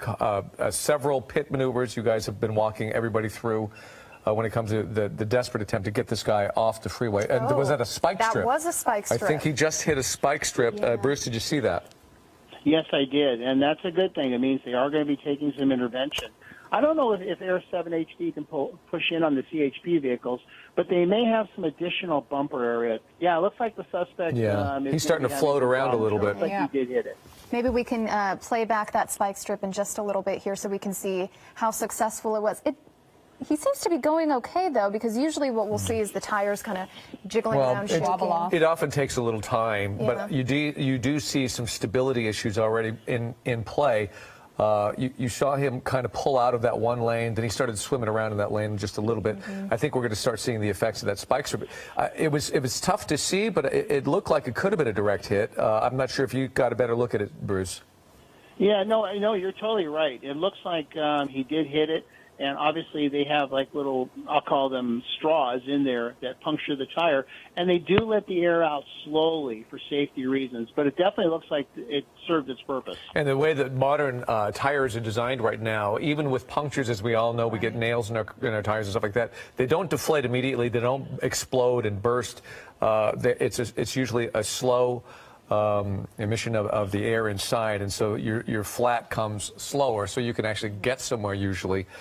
So it takes a little time sometimes to see effects of these pit maneuvers, but of these spike strips. But what does that tell us, Bruce? Do you think that they're trying to be a little bit more aggressive, getting this guy off the freeway? Yeah, I think that enough's enough. I think they've realized, you know what, we're going to have to stop this vehicle at some point, and we're going to start using some of our tactics and some of our methods. Yeah, and I mean, we're 2.5 hours in, so it's either put those spike strips down and start taking a more aggressive stance, or let this guy run out of gas. Clearly, he's not going to be pulling off. He's not going to be slowing down. He has no regard for anyone. One pit maneuver right there on the right-hand side. That obviously was earlier today. And you'll notice, though, okay, that was unsuccessful. They did spin him around, but they weren't able to box him in, so he keeps going. I think there were a total of 4 pit maneuvers. Watch closely. Here's another one. And you see when they throw this pit maneuver, pieces of the vehicle are starting to fall off. And they flip him around again, but then he's able to get away and keep going. And then if we keep running these, there's another one. There's big pieces of the vehicle that are now falling off. They almost got him pinned in there. He actually goes forward, hits, looks like the police vehicle. Then he's able to reverse and go again. But there you see the damage. That's where he lost his bumper and his back windshield. And the 4th pit maneuver right here, it throws him into oncoming traffic.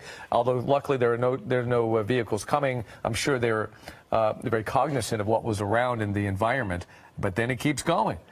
So we see 4 different pit maneuvers. We see spike strips, and the vehicle is still on its way now south on the 5 freeway. This again is where he hits the scooter. He runs across the freeway, the intersection, and he hits that person on the scooter, and that shows you the impact. And that's where he busted his front windshield. A lot of damage on that vehicle right now. It's a Honda Civic. But it is durable, and it continues to go. Yeah, and what we have also seen is we've been incredibly lucky because it's the afternoon hours. There's not a lot of people on the road, unlike rush hour. And so when they did those pit maneuvers and he went into oncoming traffic, there wasn't an issue there. And holiday traffic, too. Yeah, exactly. And here we have seen that the CHP officers have been stopping people from going on to the I-5, the 405 South before this, and now the I-5 South here. And so we're not seeing traffic get in the way and potentially put themselves in danger and officers in danger. So he's near Camp Pendleton. So if you're not aware of how SkyMap 7 works, it gives you a lot of information right there on your screen. So down on the left-hand side, you see he's on the I-5 South. His exit he's approaching is 62, which is Las Pulgas Road. It's in Camp Pendleton. So he is right now at that military base. If you're familiar with driving from L.A. or O.C.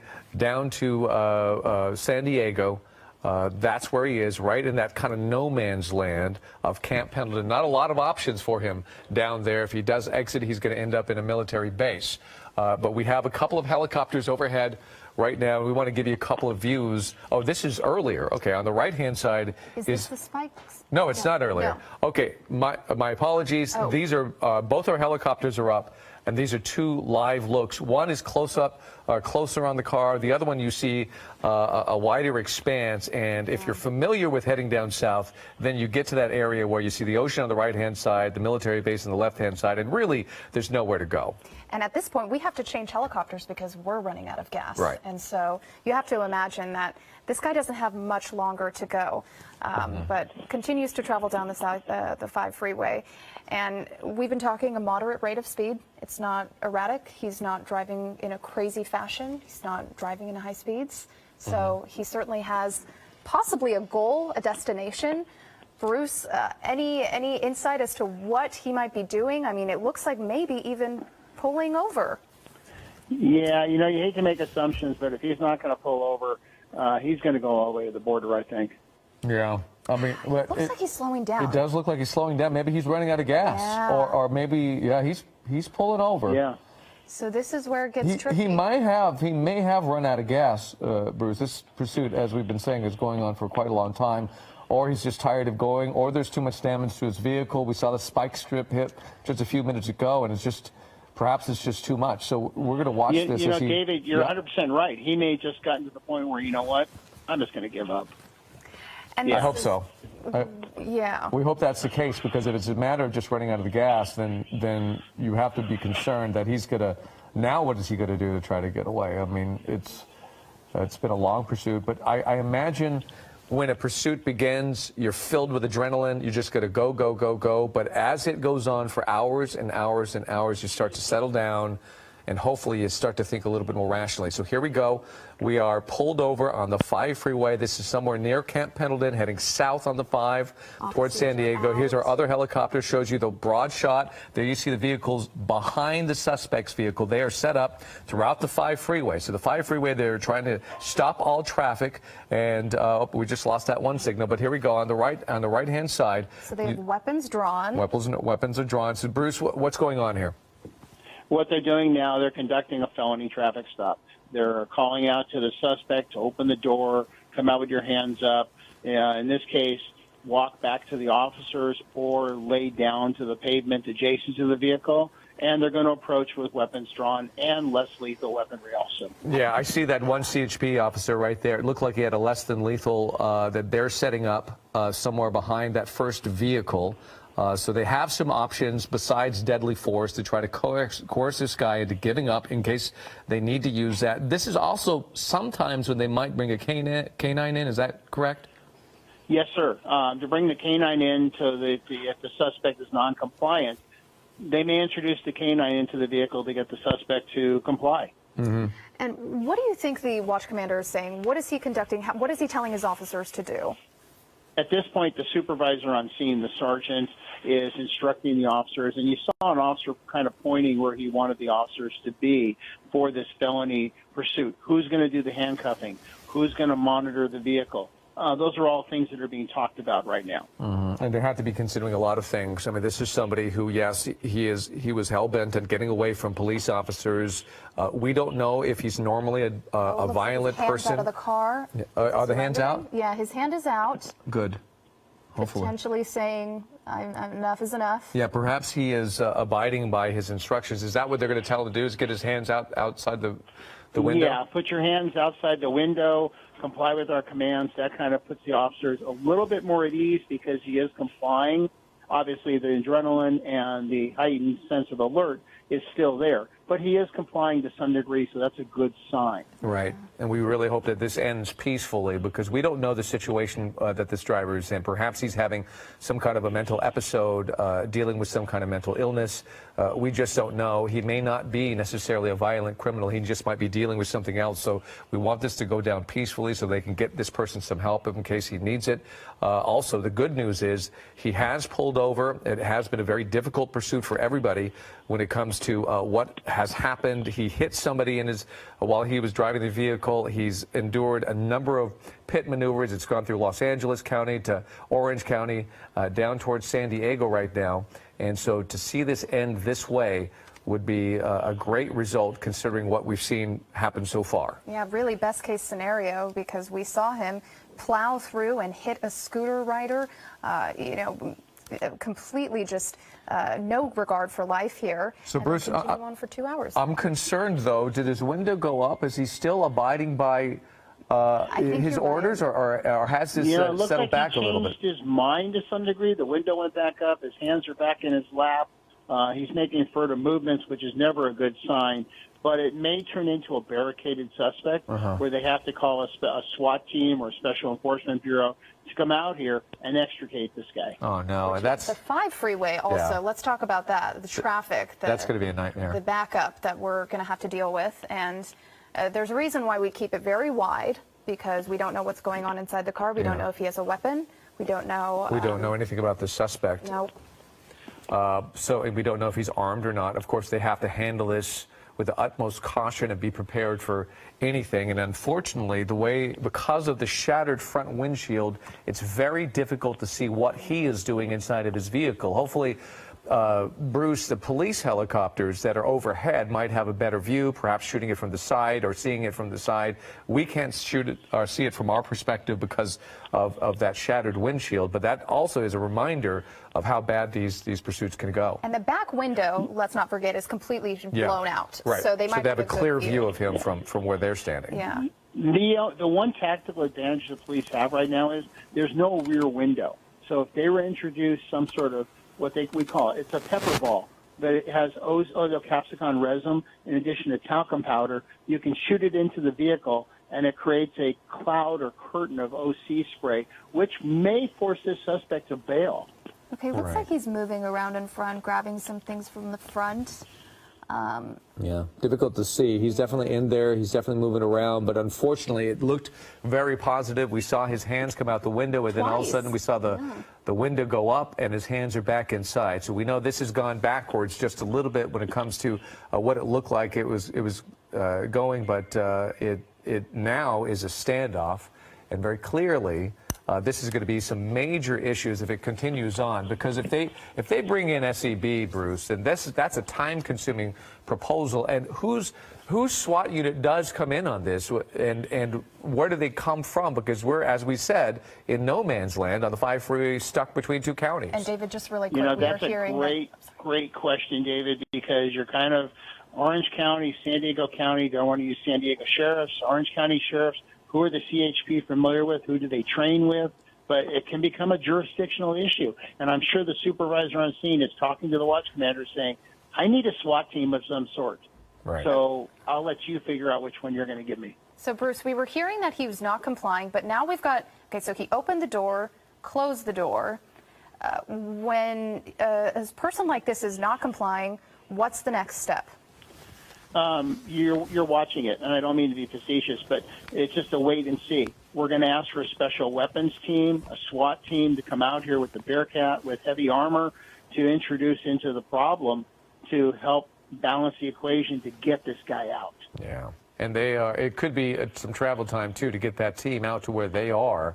So this could be a prolonged standoff on the 5 freeway, which is always a nightmare. Unfortunately, it does look like one of the CHP vehicles has on the rooftop, it looks like 476 or 470, they have a K9 designate. So it looks like that is a K9 equipped vehicle. And are both sides of the freeway shut down at this point from a wide angle? Yeah, I would imagine. Yeah, if they haven't shut them down, they're probably getting ready to. Yeah, they don't probably, just in case, worst case scenario, if something violent goes down, you don't want somebody driving by on the other side of the freeway. So we've got both sides of the 5 freeway shut down. We'll try to confirm and what their approach is on whether or not that they are going to do that. Perhaps, maybe they have more information. I'm sure they have more information than we do right now about who this person may be. Open the door again, closed it again. Mm-hmm.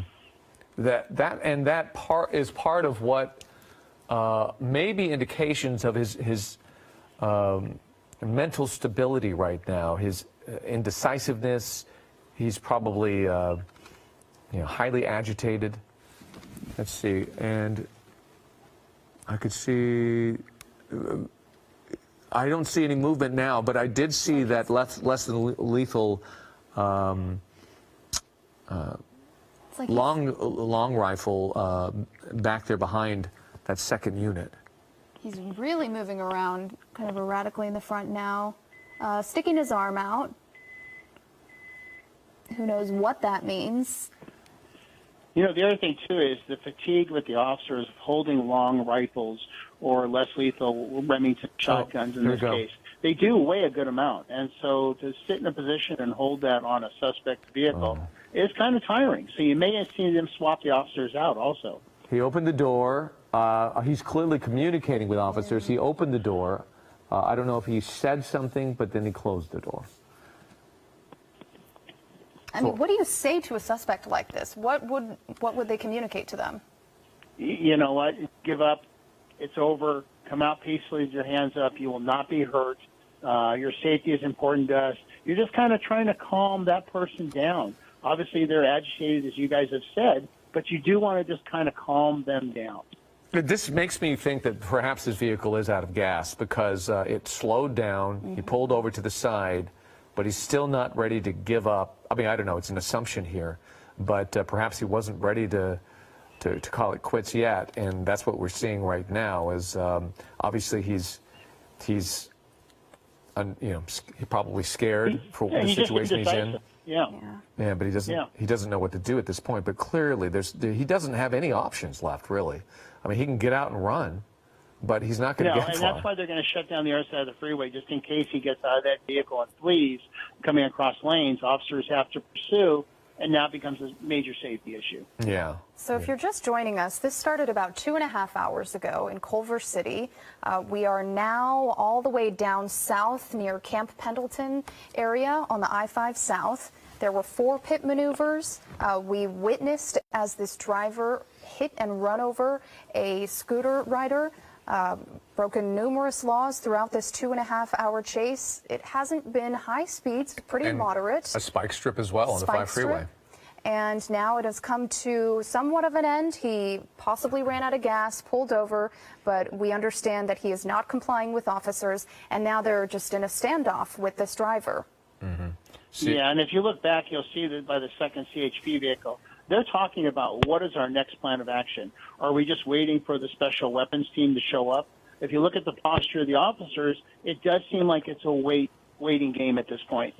Yeah, they're going to sit this out. So perhaps, I don't know, this being a holiday week, maybe the 5 freeway is more sparse than normal. Maybe it's not. Maybe there are people going back and forth between San Diego and Orange County, L.A., but boy, this is a real problem if some commuters want to go back and forth. This could be a long shutdown.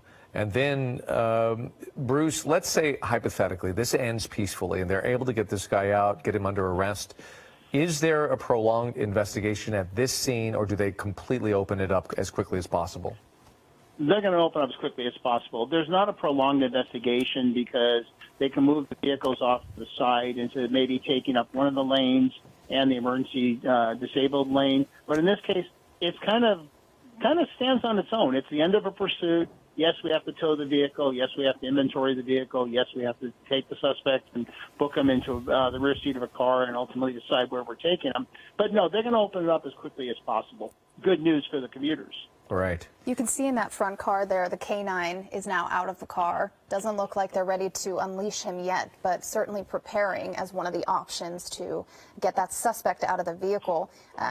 What's the protocol with letting the K9 go and snag a suspect, Bruce? Well, ultimately, it's the K9 officer's call. He or she knows the capability of their dog. They're going to have to walk up to that vehicle to a certain degree and release that dog and put the dog to work. That dog is going to jump into the car. Ultimately, they're going to have to support the dog, meaning they're going to have to get in there while the dog is doing its job as a bite dog to control the suspect, who's probably going to fight the dog. So they are going to have to be right there also, which does put the officers at more risk now. Right. And I'm sure that barking and, the noises it's making, possibly scaring the suspect, or I'm sure that's what they're hoping it'll do to coax that person out without getting attacked by a very vicious dog. Yeah, once you take the dog out of the car, the K9 knows it's time to go to work. They get agitated, they get loud, and that's part of the command presence of the dog. Well, there you see in this shot, we can see the driver from his driver's side window. It's a good shot, and you see the officers set up behind the driver as well. But a decent shot. It just looks like he's just kind of sitting there, wiggling around. I can't tell. We don't want to push in too closely, just in case. That's why we're holding this, and you can see how everybody is positioned right now. It's kind of a waiting game. But he is there moving around. We don't know if he's actually communicating with somebody, talking on his cell phone, maybe talking to the officers behind him. We hope that there's progress going on, some kind of discussion, a conversation. Bruce, if they know who this guy is, they've probably done a little bit of an investigation on what might be happening, perhaps talk to family members, etc., trying to figure out a way to get him out. Yeah, not only that, but they're also building a history of this guy. Does the guy have dependency issues, maybe mental health issues, maybe other things going on in his life which are causing this? So they're being sympathetic to that, but they want to gather information. It does look like his window is halfway down, and he might be smoking a cigarette, and maybe when he's done, he's going to walk out of the vehicle. Right. A lot of people, we've seen that before in other pursuits where they know that they're going to go away, and some of them are going away for a long time because they have not just the pursuit that they're in right now, but perhaps a list of warrants and felonies attached to them, so they know that they're going to go away, so they kind of have that ceremonial last cigarette before they give themselves up. Let's hope perhaps that's what he's doing, is mulling it over and say, this is it for me, but we don't know for sure. Now, how many more officers do we need, and do there need to be here? Are they going to be calling for backup to maybe start moving forward? What's the protocol? I think what you have is pretty finite. You have at least 4 or 5 CHP vehicles there as their single occupant vehicles. So you may have 5 officers there, plus a supervisor, a couple of motor officers. Caltrans is definitely there to assist the freeway closure. But at this point, they're not going to introduce any other patrol officers in the problem.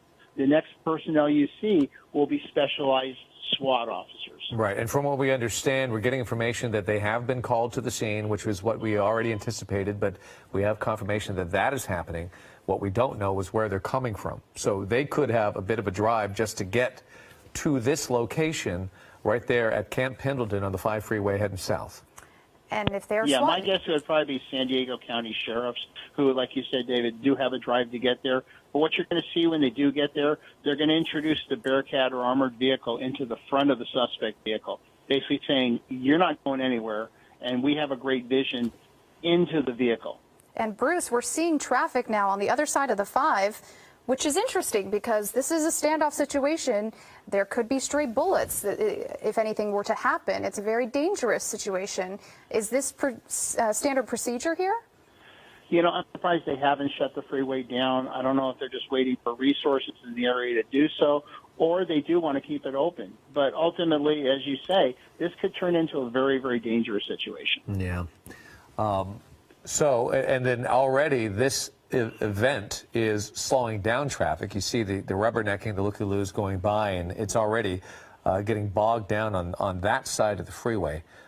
People going slowly. I think the news media from down south might be showing up as well to shoot this from the side of the freeway. So it's getting a lot of attention right now. And imagine if this is the slowdown from the northbound lanes that aren't shut down. Imagine what it must look like on the southbound lanes where they are shutting down traffic.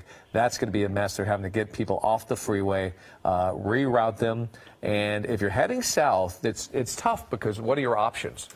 Right. You know, you don't have many options at this point when it comes to getting south unless you want to backtrack and go completely around. So it's going to be a tough commute for folks who want to get down to San Diego. But more importantly, we continue to watch this standoff. There you see the red Honda Civic.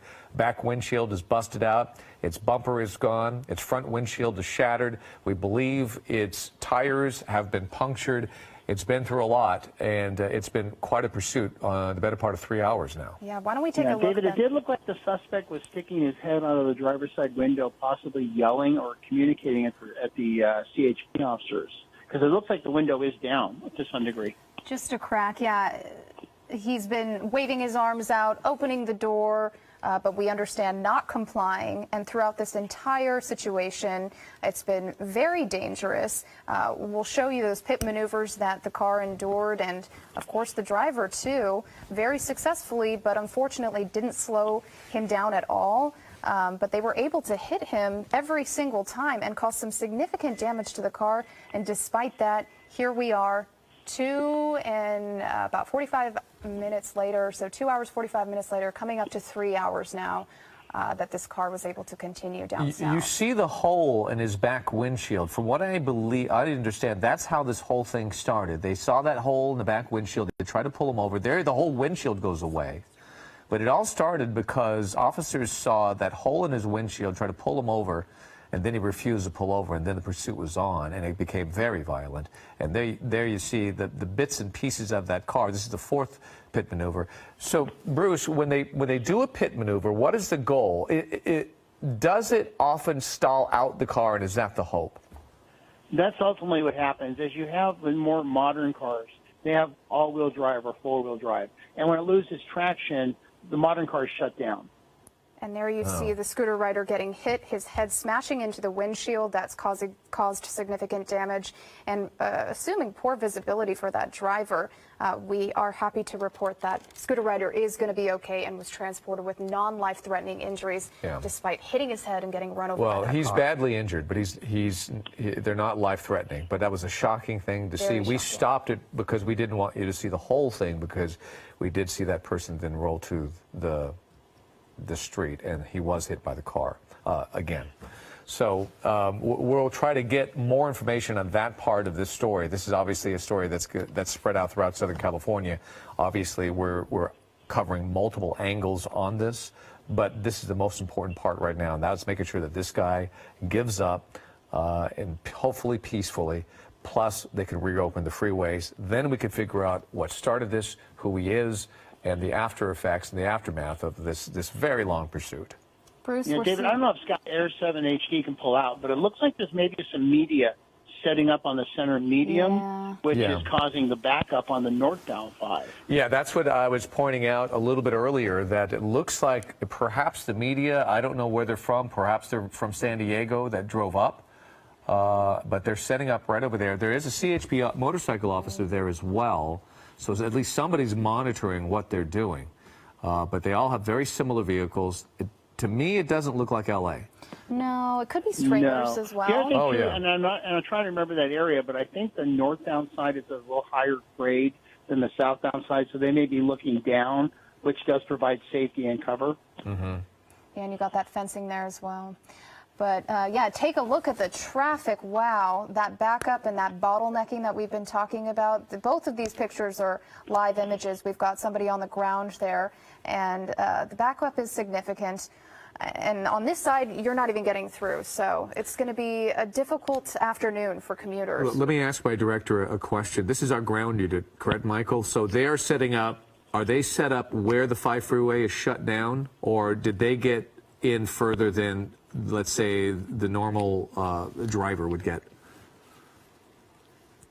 At the front of the shutdown is what Michael is telling me. So there you see it. They pushed way, way, way in. So they're quite a ways from the situation. But there you see, oh, there they are, Las Pulgas Road. We saw them go right by there. That is exit number 62. If you're familiar with this area, there's Camp Pendleton on your left, and the ocean is going to be on your right. And that's heading southbound. So that's where the 5 freeway is shut down. You see the traffic on the left-hand side. That's northbound traffic on the 5 freeway.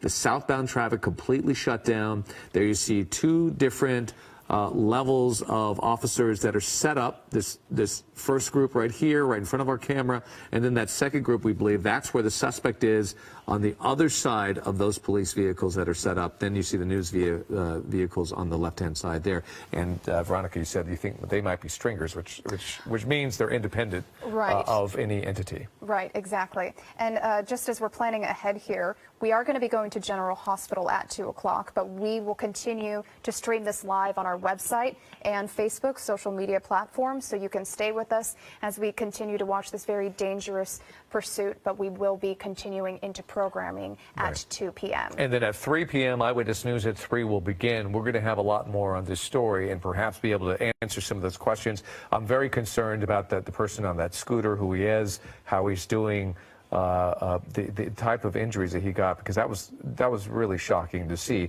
And it's one of those things where I'm surprised we don't see that more often.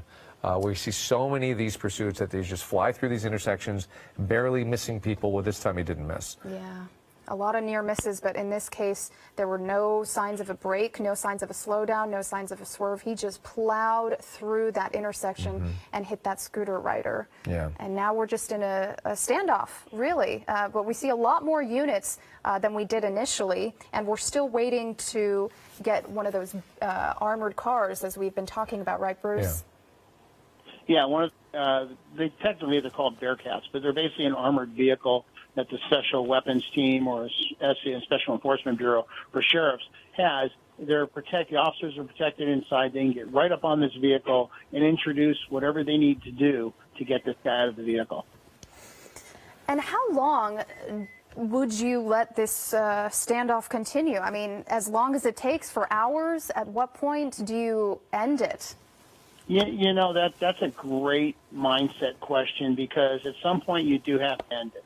However, you want to end it safely for everybody involved. You know, to take a human life, God forbid, there's a reference for that. And it does weigh on the officer's mind ultimately, because you question yourself, what else could we have done to get this guy out of the vehicle? There's all sorts of things that law enforcement has to think about that we don't ever consider. It's such a difficult job. And then, you know, my question is who is this person in this vehicle, and it just doesn't seem normal. Perhaps he's going through something, and he needs some help. And it looks like we've got Border Patrol here as well. I'm sorry, David, you just said it. The suspects don't care about what they do, because he ultimately hit the guy with the scooter, and he left. Yeah. He doesn't care about this person, but as we in law enforcement, or even a general citizen, would be like, you know what, I care, I'm going to stop, I'm going to see what's going on. But in their mindset, they don't have a wanton disregard for anybody's safety. Yeah, you're pulled in two different directions because you have to stop him for for public safety, but at the same time you have to consider his own safety, and it's polarizing. It's got to be maddening sometimes in dealing with that. But this is the, I guess, best case scenario where you see this guy. He's pulled over on the side of the road. He hasn't jumped out. He hasn't pulled out a gun, and tried to run. So we're hoping for the best when it comes to getting this thing over peacefully. Bruce. Yeah, and ultimately, who cares for the suspect or the victims in this? It's the law enforcement. It's the emergency personnel. And so we are torn in two different ways. We want the suspect to go in custody, but also if he or she is hurt, we have to make sure they get the medical treatment they need. So we are pulled in different directions. Right. Bruce, it looks like there's Border Patrol vehicles here that we can see. Why would they be involved? Why would they be assisting here? You know, I don't, that's a good question. I don't know if maybe because of the area that they're in, maybe he's not that close to the border, if I remember correctly. He's still a ways away. He's still a ways. But they might just be for like a mutual aid command post type thing. There may be a border checkpoint near there. I think I recall a truck checkpoint somewhere in that area. So maybe they're just assisting because they're nearby, so at least with the traffic. Yeah, David, I think you are right on that. I think there is one on the northbound lane somewhere over there, like you have on the 15 coming from California and Nevada. So here we are. Clearly, this has become a waiting game. So by the posturing, the physicality of the police officers, of the officers out there, you could see that they are, I wouldn't say standing down, but they are letting this thing play out, waiting obviously for the SWAT team to show up, perhaps the Bearcat, and try to drive this thing to a conclusion. Yeah, their posturing has definitely gone down from a 10 probably to about a 6. You don't have multiple officers with guns drawn. Looks like you have one officer with a long rifle. The rest are in a ready position, and they are waiting for additional resources. And those resources, are they, they're specialized in negotiating, isn't that right, Bruce? They know how to handle these Yeah, steps. they come with what they call a CNT, a crisis negotiating team.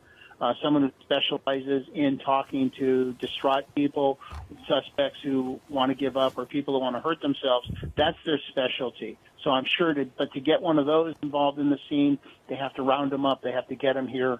That takes additional time.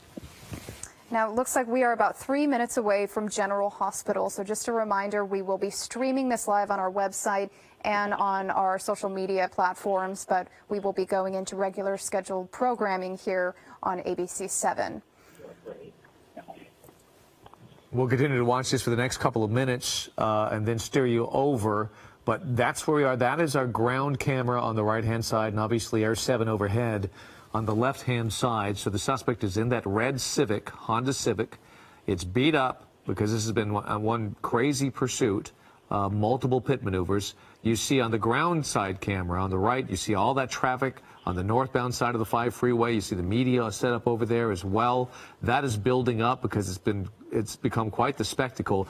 On the the southbound side or the right-hand side, it is completely shut down. So they're seeing something that's highly unusual, a very large police presence, multiple vehicles, multiple agencies. So they're slowing down to take a look, and also the media there. You can see, again, on the left-hand side, Air 7, it's a great shot overhead of all that is going on when it comes to this incident. The media has been moved down now. They were directly across from it. I think officers have moved them up the road just a little bit for their own safety, and they're now shooting back on this situation.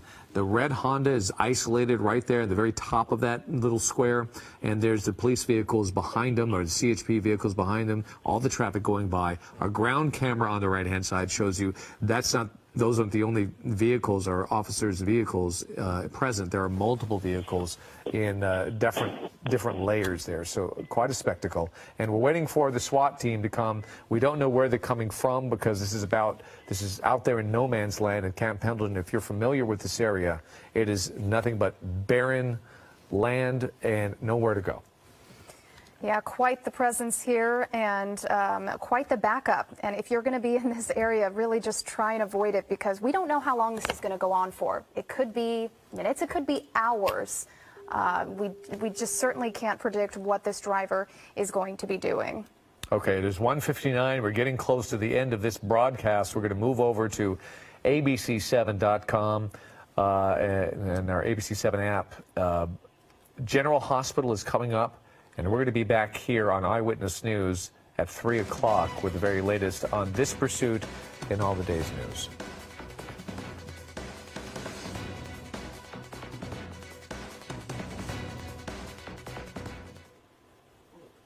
All right, and if you are just joining us now on the website, we just ended our regular scheduled programming. We are now streaming on our website, on our social media apps, and heading into continuous coverage here as we see this now 3-hour-long pursuit continue on, and it's been miles and miles of driving, 4 pit maneuvers, a spike strip attempt to slow this car down.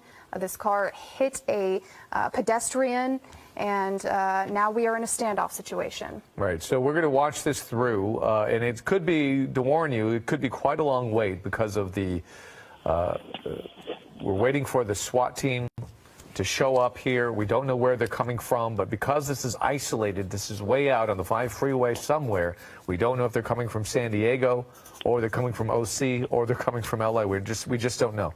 So we are trying to get that information, but we do know somebody is coming. Bruce, are you still with us?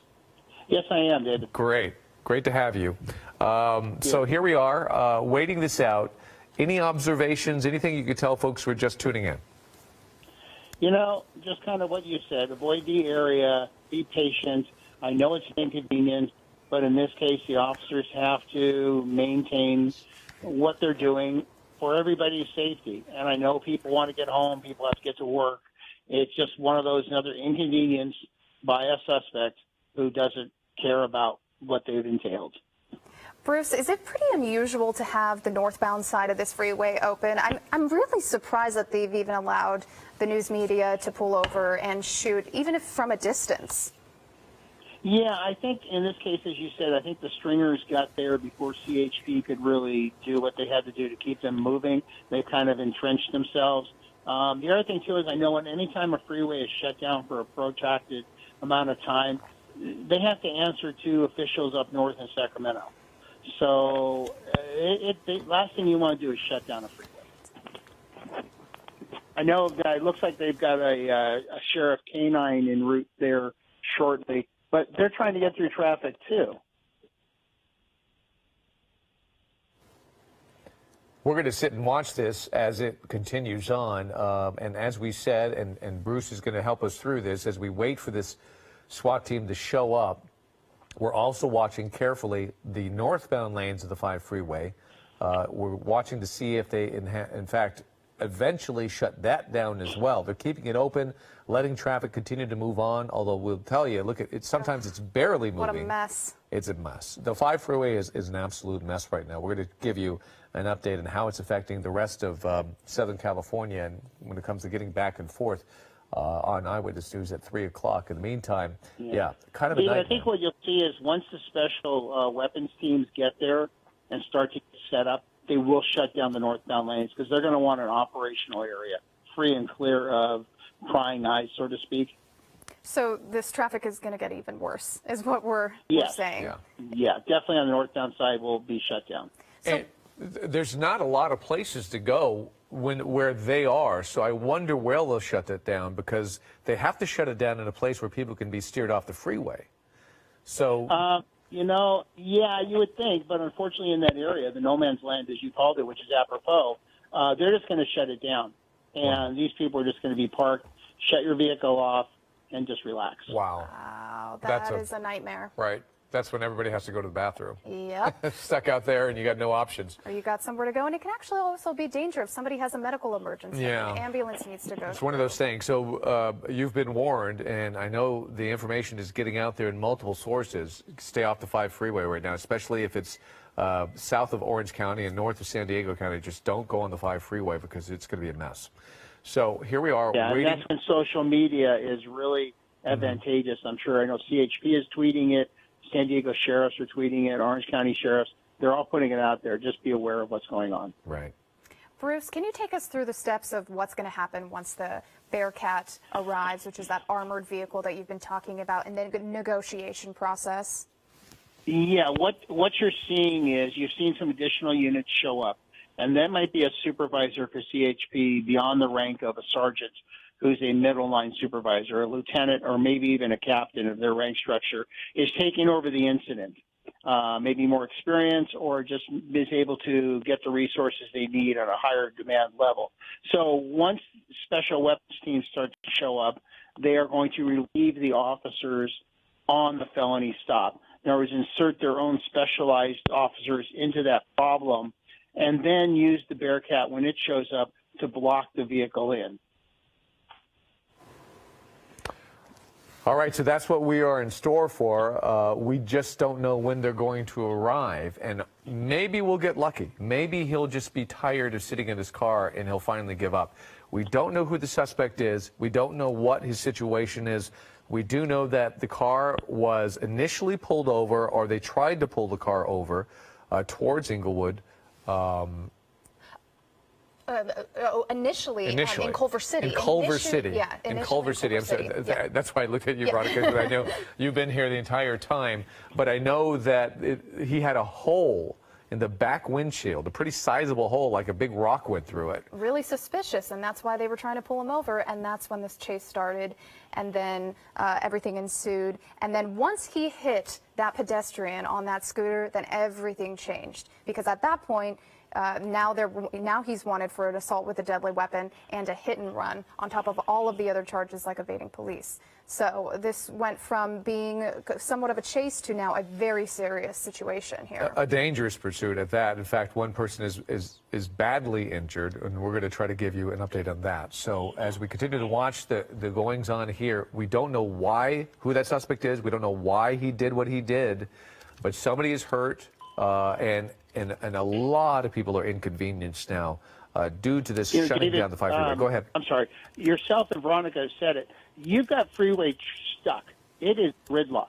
So to get the resources there is another problem, because the emergency lanes are taken up by media or maybe disabled vehicles. So they may even have to introduce specialized personnel via helicopter. Wow. To get them there. How does that work?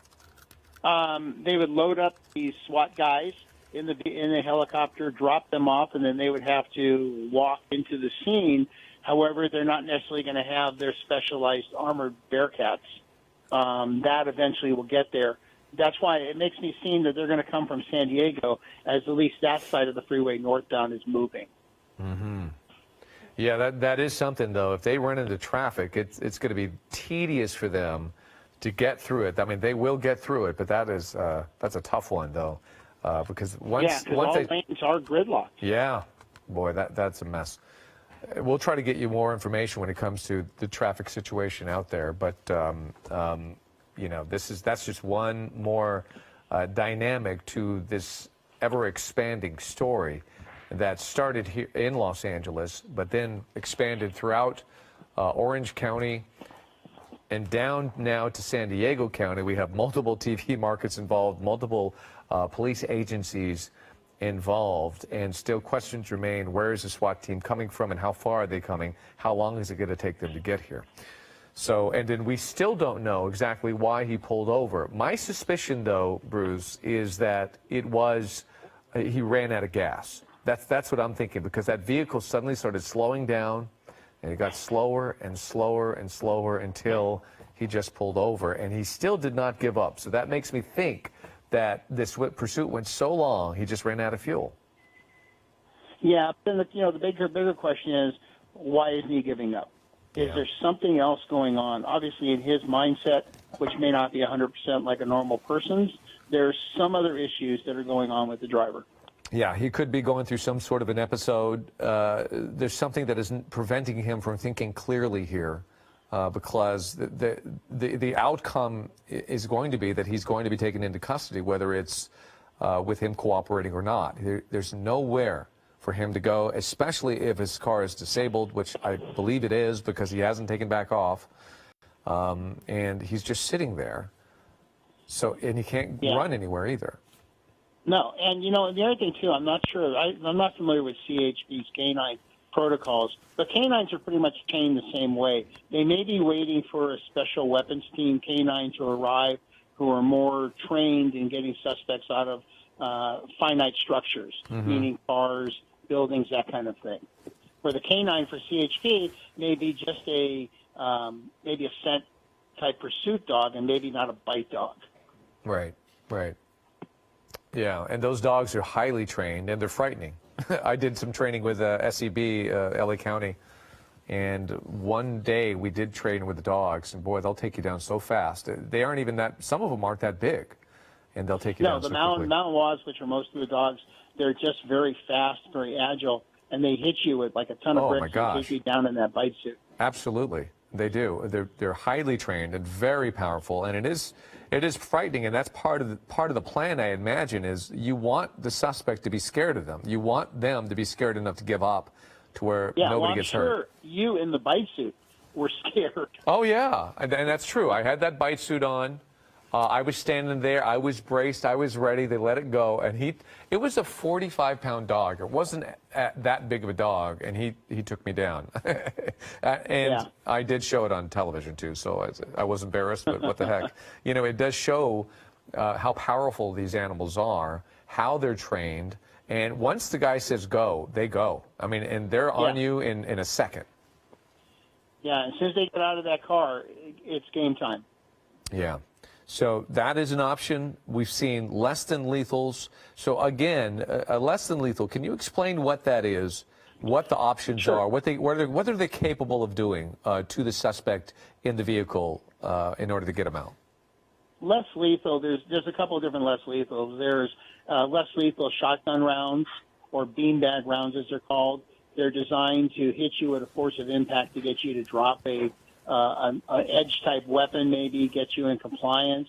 Then they have an Arwin round, which is a rubber piton bullet, which is a little bigger in stature, 47 millimeters, which is designed to hit you a lot harder, maybe to get you to drop a nice edge-type weapon, get you compliance. Then they also have pepper ball guns, just like you have in paintball games, and they're introduced to have glass-shattering rounds, and then they have what they call OC rounds, which have oleocopsicon resin and talcum powder, and they can be introduced into an area where the suspect is to create a curtain of OC spray, which gets compliance because you can't breathe, you cough, your eyes start to water. Once again, all compliance measuring devices, and on a force barometer or a force scale, it's above verbal commands and hands-on. And then ultimately, if none of that works, then you have a serious situation. We've got something going on here. The dog's going in. The dog they just sent the dog in. The door opened. They sent the dog in, and the officers came rushing in behind them. So this thing is going down faster than we thought. So we saw initially they let the dog go. We saw the darker uniformed officers, about 4 of them, ran in there. The dog got to the suspect, and we'll have to replay it for you. There's multiple, that's the dog there on the left-hand side. He did his job. The suspect is out of the vehicle. It happened so quickly. I'm actually surprised, but wow, they got him out, and we'll bear with us while we try to re-rack the video of what just happened. But boy, that came out of nowhere. But you see the suspect down on the ground. Bruce, are you surprised? No, I think what they realized was that the special weapons team was not going to get there anytime soon, and they have a canine, and the watch commander on scene made the determination to send the canine in, let the canine do what it does, what it's trained to do, get compliance, They saw an opening, and they went for it. Wow. You know, this is interesting, too, because you have these two police units right there, right up to the side of him, so they get a good look inside at that suspect, too. So I'm sure that they've been talking about this, setting this up. Now the paramedics are there to render some aid. He's probably injured to some degree due to the dog or just forcibly coming out of the vehicle. There's the suspect now, trying to get a good look at him. They're gathered around him. He's probably injured.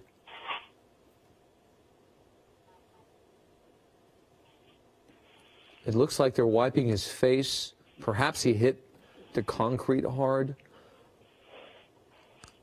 And Michael, if you're in the booth, just let me know when you have that video set to go, so we can take a good look at it. And I'll warn the viewers that here we go. We're gonna see how this thing went down, but it went down very quickly. And they're rendering some sort of aid. I wonder. It looks like to his face. I wonder if he hit the pavement really hard due to sending the dog in. So the paramedics are there. There he is. He's standing up.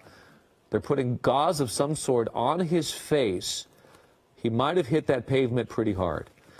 And so they're walking him over. They're probably going to sit him down over there on the grass right now. They continue to render some aid. But that is a suspect that has been in that vehicle. Apparently he's been in that vehicle all by himself. And the person that they've been pursuing for the better part of 3 hours now. He's been injured.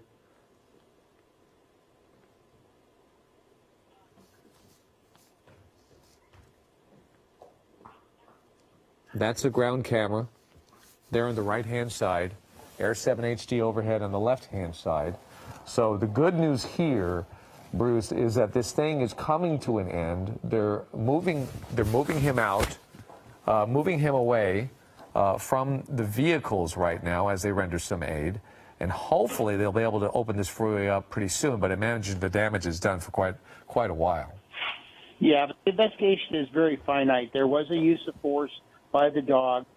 That won't take a lot to investigate. And my guess is they'll probably open up about half of the lanes of the freeway, probably within the next 15, 20 minutes. Yeah, they still do. That's a good point, though. They still have to do some sort of investigation now, especially now that they've used the dogs.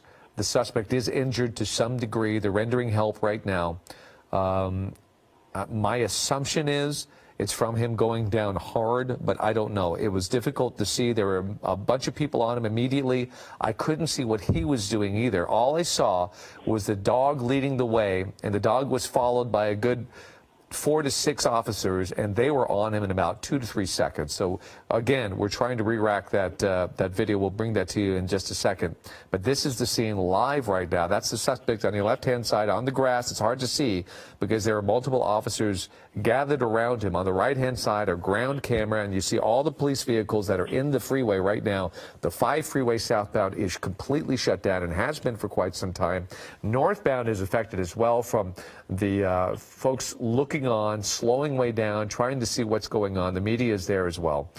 We believe that came up from the south, from San Diego. So this is getting a lot of attention right now. The 5 freeway, an absolute mess. As for the injuries to the suspect, we don't know yet.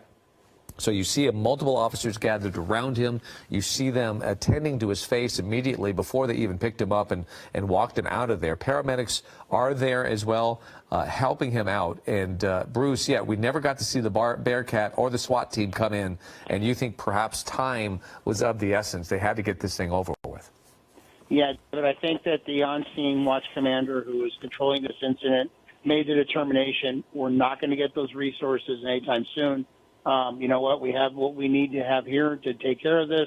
We have a K-9. Let's deploy the K-9 since we have an opportunity, and if one arose, and it did, and they ultimately are taking the suspect into custody with minimal amount of use of force. Perhaps they were waiting for the suspect to open the door of his vehicle because his door was wide open when the dog went in. I don't know if they knew something. Perhaps it was part of the conversation. I don't know, but the timing seemed to be just right, and we'll look back at it as well. But